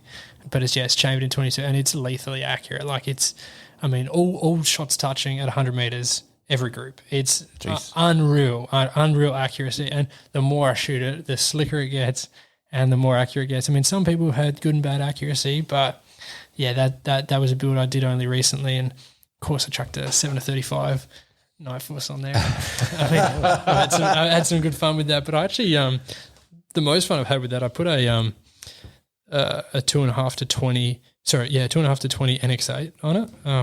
And I put my dad had an old, I think it's a PVS 22 night vision like clip on, and put that out at my brother's property, and we're shooting some steel, and we got one of the old like Iron Man steel targets with like it looks like a silhouette of a human, so it's got a 4-inch like head on it, and that was at like 440 meters, and that with the night vision on it can head shoot at 400 meters. So it's literally it's like one MOA in a 22. It's insanely accurate. I mean, you got to put good ammo through it. Like you can't expect that with like CTI standards or something. Like you got to put like SK long range match or Lapua ammo through it. But it's super cool. And I've actually used that hunting a whole bunch. I just took out a thermal. The shop had as like a testing test one, which was a Hick Micro Panther, and I took that out and was shooting rabbits. And I went out a couple of times and got a whole bunch, and went out to my brother's property, and he was like, it's getting dark, let's go back. And I was like, we've got a thermal. He was like, you've got a thermal. I was like, you can use it if you want. So we went to this place on his property that I know, and I kind of set him up there, and I was like, there's a rabbit there. And he's like, no, there's not. And we're creeping up, and I said, look through a scope, and there's a little white dot. Didn't look like a rabbit, but I had used it enough that I could figure out what it was. Yeah. And we get closer and closer and closer. And then his eyes just lit up, and he's like, thermal is the best. And I was like, dude, just hold dead on it and pull the shot. And he missed it. And I was like, oh, no. So, I think that's probably one of the cooler guns that I've got at the moment is definitely that 22. It's, Yeah, nice. Mm. Yeah, that does sound nice. Yeah, it's a bit of a wallet breaker, though, I'll tell you. It's, I reckon, like full retail price on that thing with the 735, you're probably looking at like 15 grand. It's holy shit. It's dumb. I mean, and I'll be honest, I didn't pay full tote odds for that. Obviously, I get discounts through the shop, but it still would have been hefty. It was hefty. I mean, it wasn't like I get it for $1,000 or something. I think I was in five digits for sure. So, but jeez. But now I've got 122 that's slick. Oh, and you're happy with it as well. So you can't. Can't buy that, really. And that's the thing. I mean, it's so good. Like, if I miss, it's certainly me. Like, I mean, things got like a Trigger Tech diamond in it, and it's every part of it. I'm like, this is just absurdly good. With a 40 MOA rail, and then I've got a 20 MOA uni mount on it. So I can see the muzzle through the scope. But like when you zoom in, like, because you're shooting ultra long range with a 22, you got to dial and dial and dial. So I think at the moment with the 7 to 35 on there, I can dial to like 750 meters. I've not shot that far yet with it, but yeah, in theory, you can dial that far out of it. We need to get that to the range. That should be interesting. I did take it to Bracunga once actually, good fun. and to try and shoot it, but the winds at Bracunga midday, it was just not even close. That seems to be standard with all the ranges in South Australia, longer ranges in South Australia, the wind. Yeah. The wind just kills it. Especially like once you get like after 11 o'clock, like the sun gets on that like sort of bull dust and it just, it's just a mess. It's gone. Everything down, especially south, like Monado area, it's, the afternoon winds suck. Or even north at, what's that one? What's that one north? Starts with an L. Lower Light? Lower Light, yeah. I've not actually shot there, to be honest. That gets I've crazy. been to pretty much every range but that one, but they've still got some cool stuff. I think they can shoot like a K. Yeah. But the wind's just ludicrous because it comes off the ocean there. Oh, yeah. Straight in, boom, done. So 11 o'clock, once again, it's blowing a gale. Yeah. All the F-car shooters are down there, or a lot of their stuff is down that way. I don't know how they do it, but that's all right. Just need like 10 rows of a kilometre long trench, and you can just shoot under the surface of the ground. No wind, yeah. Or just I was about to say, no one's building a kilometre-long windbreak. what about just a building? 10 trenches. A kilometre Like building. indoors. A kilometre building. Kilometres of building. Josh. Just, boom, done. That'd be kind of cool. I mean, you could probably, it'd have to be that some costs money. like tunnel Yeah. somewhere, that like an old road that just like no one uses anymore. Just repurpose the tunnel that's under the road. That'd be perfect. I don't know That would be pretty cool. I don't know if you've seen some of the stuff in Europe that they've got, like the indoor ranges over there are massive. It's crazy. Yeah. Even a 300-metre indoor range would be sweet. Oh, it would. That would be, Let's worry about that before a K. yeah, I mean, you could. Yeah, there's so many businesses. The problem is like businesses like Marksman in SA. Like you could make some money out of a commercial range, but that's a whole thing. Like they just go and they do silly things and whatever happens. So it'd be cool to have a commercial range that was like really well run that you could just rock up and shoot and zero your gun to 300 meters. That'd be sick. That'd be awesome. And open 7 days a week. Yeah. 24 hours. Yeah. Didn't cost anything. Yeah. Oh, it costs, but 7 days a They week supply would be ammo. nice. And to be able to night shoot, so if you sort of, finish work late and still want to go for a shoot, burn it down. Indoors, why not? That's a huge thing. I mean, tons of people come to the shop and they're like, where can you shoot? And I'm like, oh, there's these ranges, but they're like Sunday or Saturday. And it's like most people, especially if you got a family, like you can't work all day like during the week and then go, oh yeah, I'm going to take all day Sunday off because the clubs have these stupid programs where you basically have to be there all day to be able to do what you want to do. And like that's such a pain. So that's why I think private properties get used so much more because clubs just have these archaic shooting programs that they run. Yeah. And if you had your own private property, you could set yourself up with a Yeah, I mean, tons of guys do. I mean, little there's test fire range. lots of PRS guys that are super serious have private property and they've got ranges out to like 1,000 meters and they've got some pretty cool setups. But I mean, it's you got to dedicate a heap of money to it, and most people can't do that. I mean, I certainly can't. Yeah. But collectively, we could do anything. A non-profit range. That's right. Maybe we can reappropriate the canal, Josh, and just have a kilometre section of it dry to shoot in. Underneath it. So shooting under the water, bro. Glass The roof. guy out of the glass roof. Yeah, let's go. Check out the barra. It's washing down south. Dying. Someone will have an AD and it'll just flood.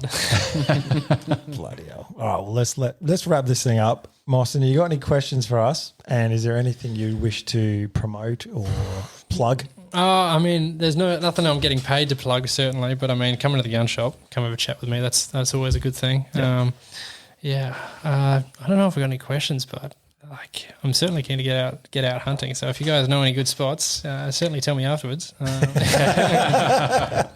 been promised some by Josh, so it's no, I'll be good. But no, I suppose if you come through Adelaide, sing in and have a chat. Yep, definitely go into Gunforce, have a chat to Mostyn or any of the crew in there. They'll give you a hand and you'll find some pretty good gear in there as well. So, mate, we've got to say a big thank you to you for coming on and talking some shit with us for a few hours. I hope it didn't bore you, Nah, definitely not. He's had some good stories there, man, so I think people will get a lot out of that.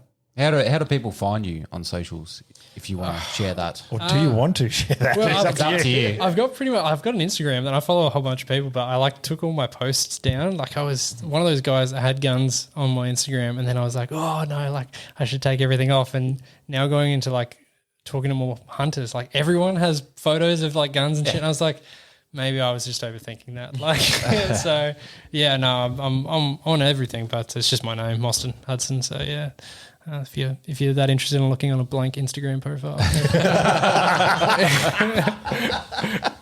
More importantly, if you've got a question, chuck your message. Sure, message for sure. I mean, if you're after anything interesting, like gun related, I mean, we're certainly as a gun shop trying to get some cool stuff in. I probably will say this: we just got a whole bunch of pistol powder into SA, which was a marathon event that basically took us from September of last year to now to actually get into SA. And I'm proud to say we're the only gun shop in SA that's actually got pistol powder in the last, 12 months, apart from like really rare back orders. We really are trying to do stuff. It's just the availability of things is so chaotic. So, I mean, there's definitely stuff that people have come up and said, hey, I want to get a particular thing. Can we get it? And, we genuinely work pretty hard to try and find it. I mean, this pistol powder we got in is absurdly priced. I mean, it's like $150 for half a kilo, but that's not because of us. Like we are paying a lot for it, and we're basically making no money.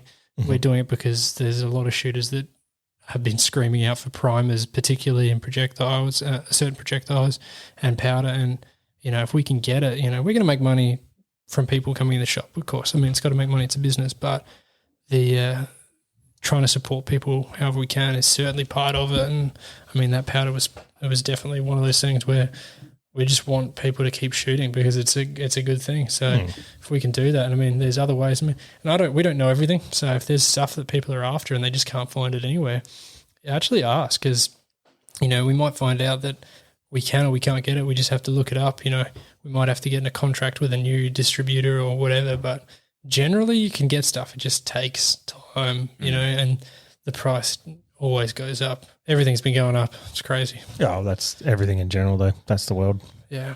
Yeah. Fair enough. Cool. Fortunately. All right, well, we'll leave it there. Big thanks to you, man. Sweet ass. Yeah, thanks, buddy. Catch everyone next time, eh? What? I said catch everyone next time, Josh. Oh, catch ya. Worst ending ever. Fuck that. Jesus, I'm going to man. start that again. Yeah. Jesus. Start again.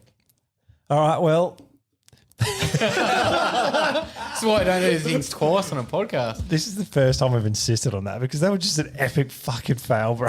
couldn't hear. I almost want you to put it in just because it's so fucking good. Makes a good laugh. They actually talk about this. Do you know what? We'll leave it in there. That was so bad. That was an unedited piece of shit. I will say before he cuts this, and you have to put this part in. Yeah. All these guys have been so apologetic about the setup, and they're going, we should do better, and we do need to communicate more. And Josh has been great, but I've been saying they're actually a whole good bunch of dudes. So it's really good. Their setup is good. So Thanks for the kind words. All right, we'll get out of here officially this time. Cheers, Boston. You've got to walk out of the room with a chub now, mate. Thanks for coming on, mate. Yeah. Take two. Catch you later. Gotcha.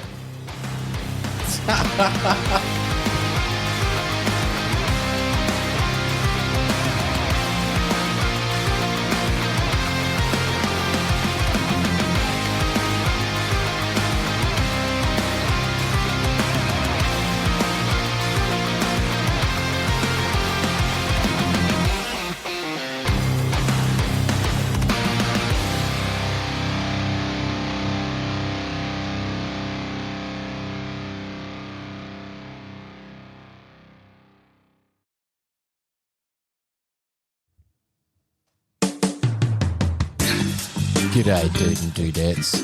Josh here. Do you find it hard to keep your long, hard barrels free from gun STDs? Maybe you need a clean out of your bore. If this is you, jump on over to highcaliber.com.au and use the promo code SENDITMATE to receive a 10% discount on all your gun cleaning needs. And remember, it's sexy to support Australian-made products. Everyone here at Send It Mate uses high caliber, and we can promise you that it'll keep your firearms free from those pesky gun STDs.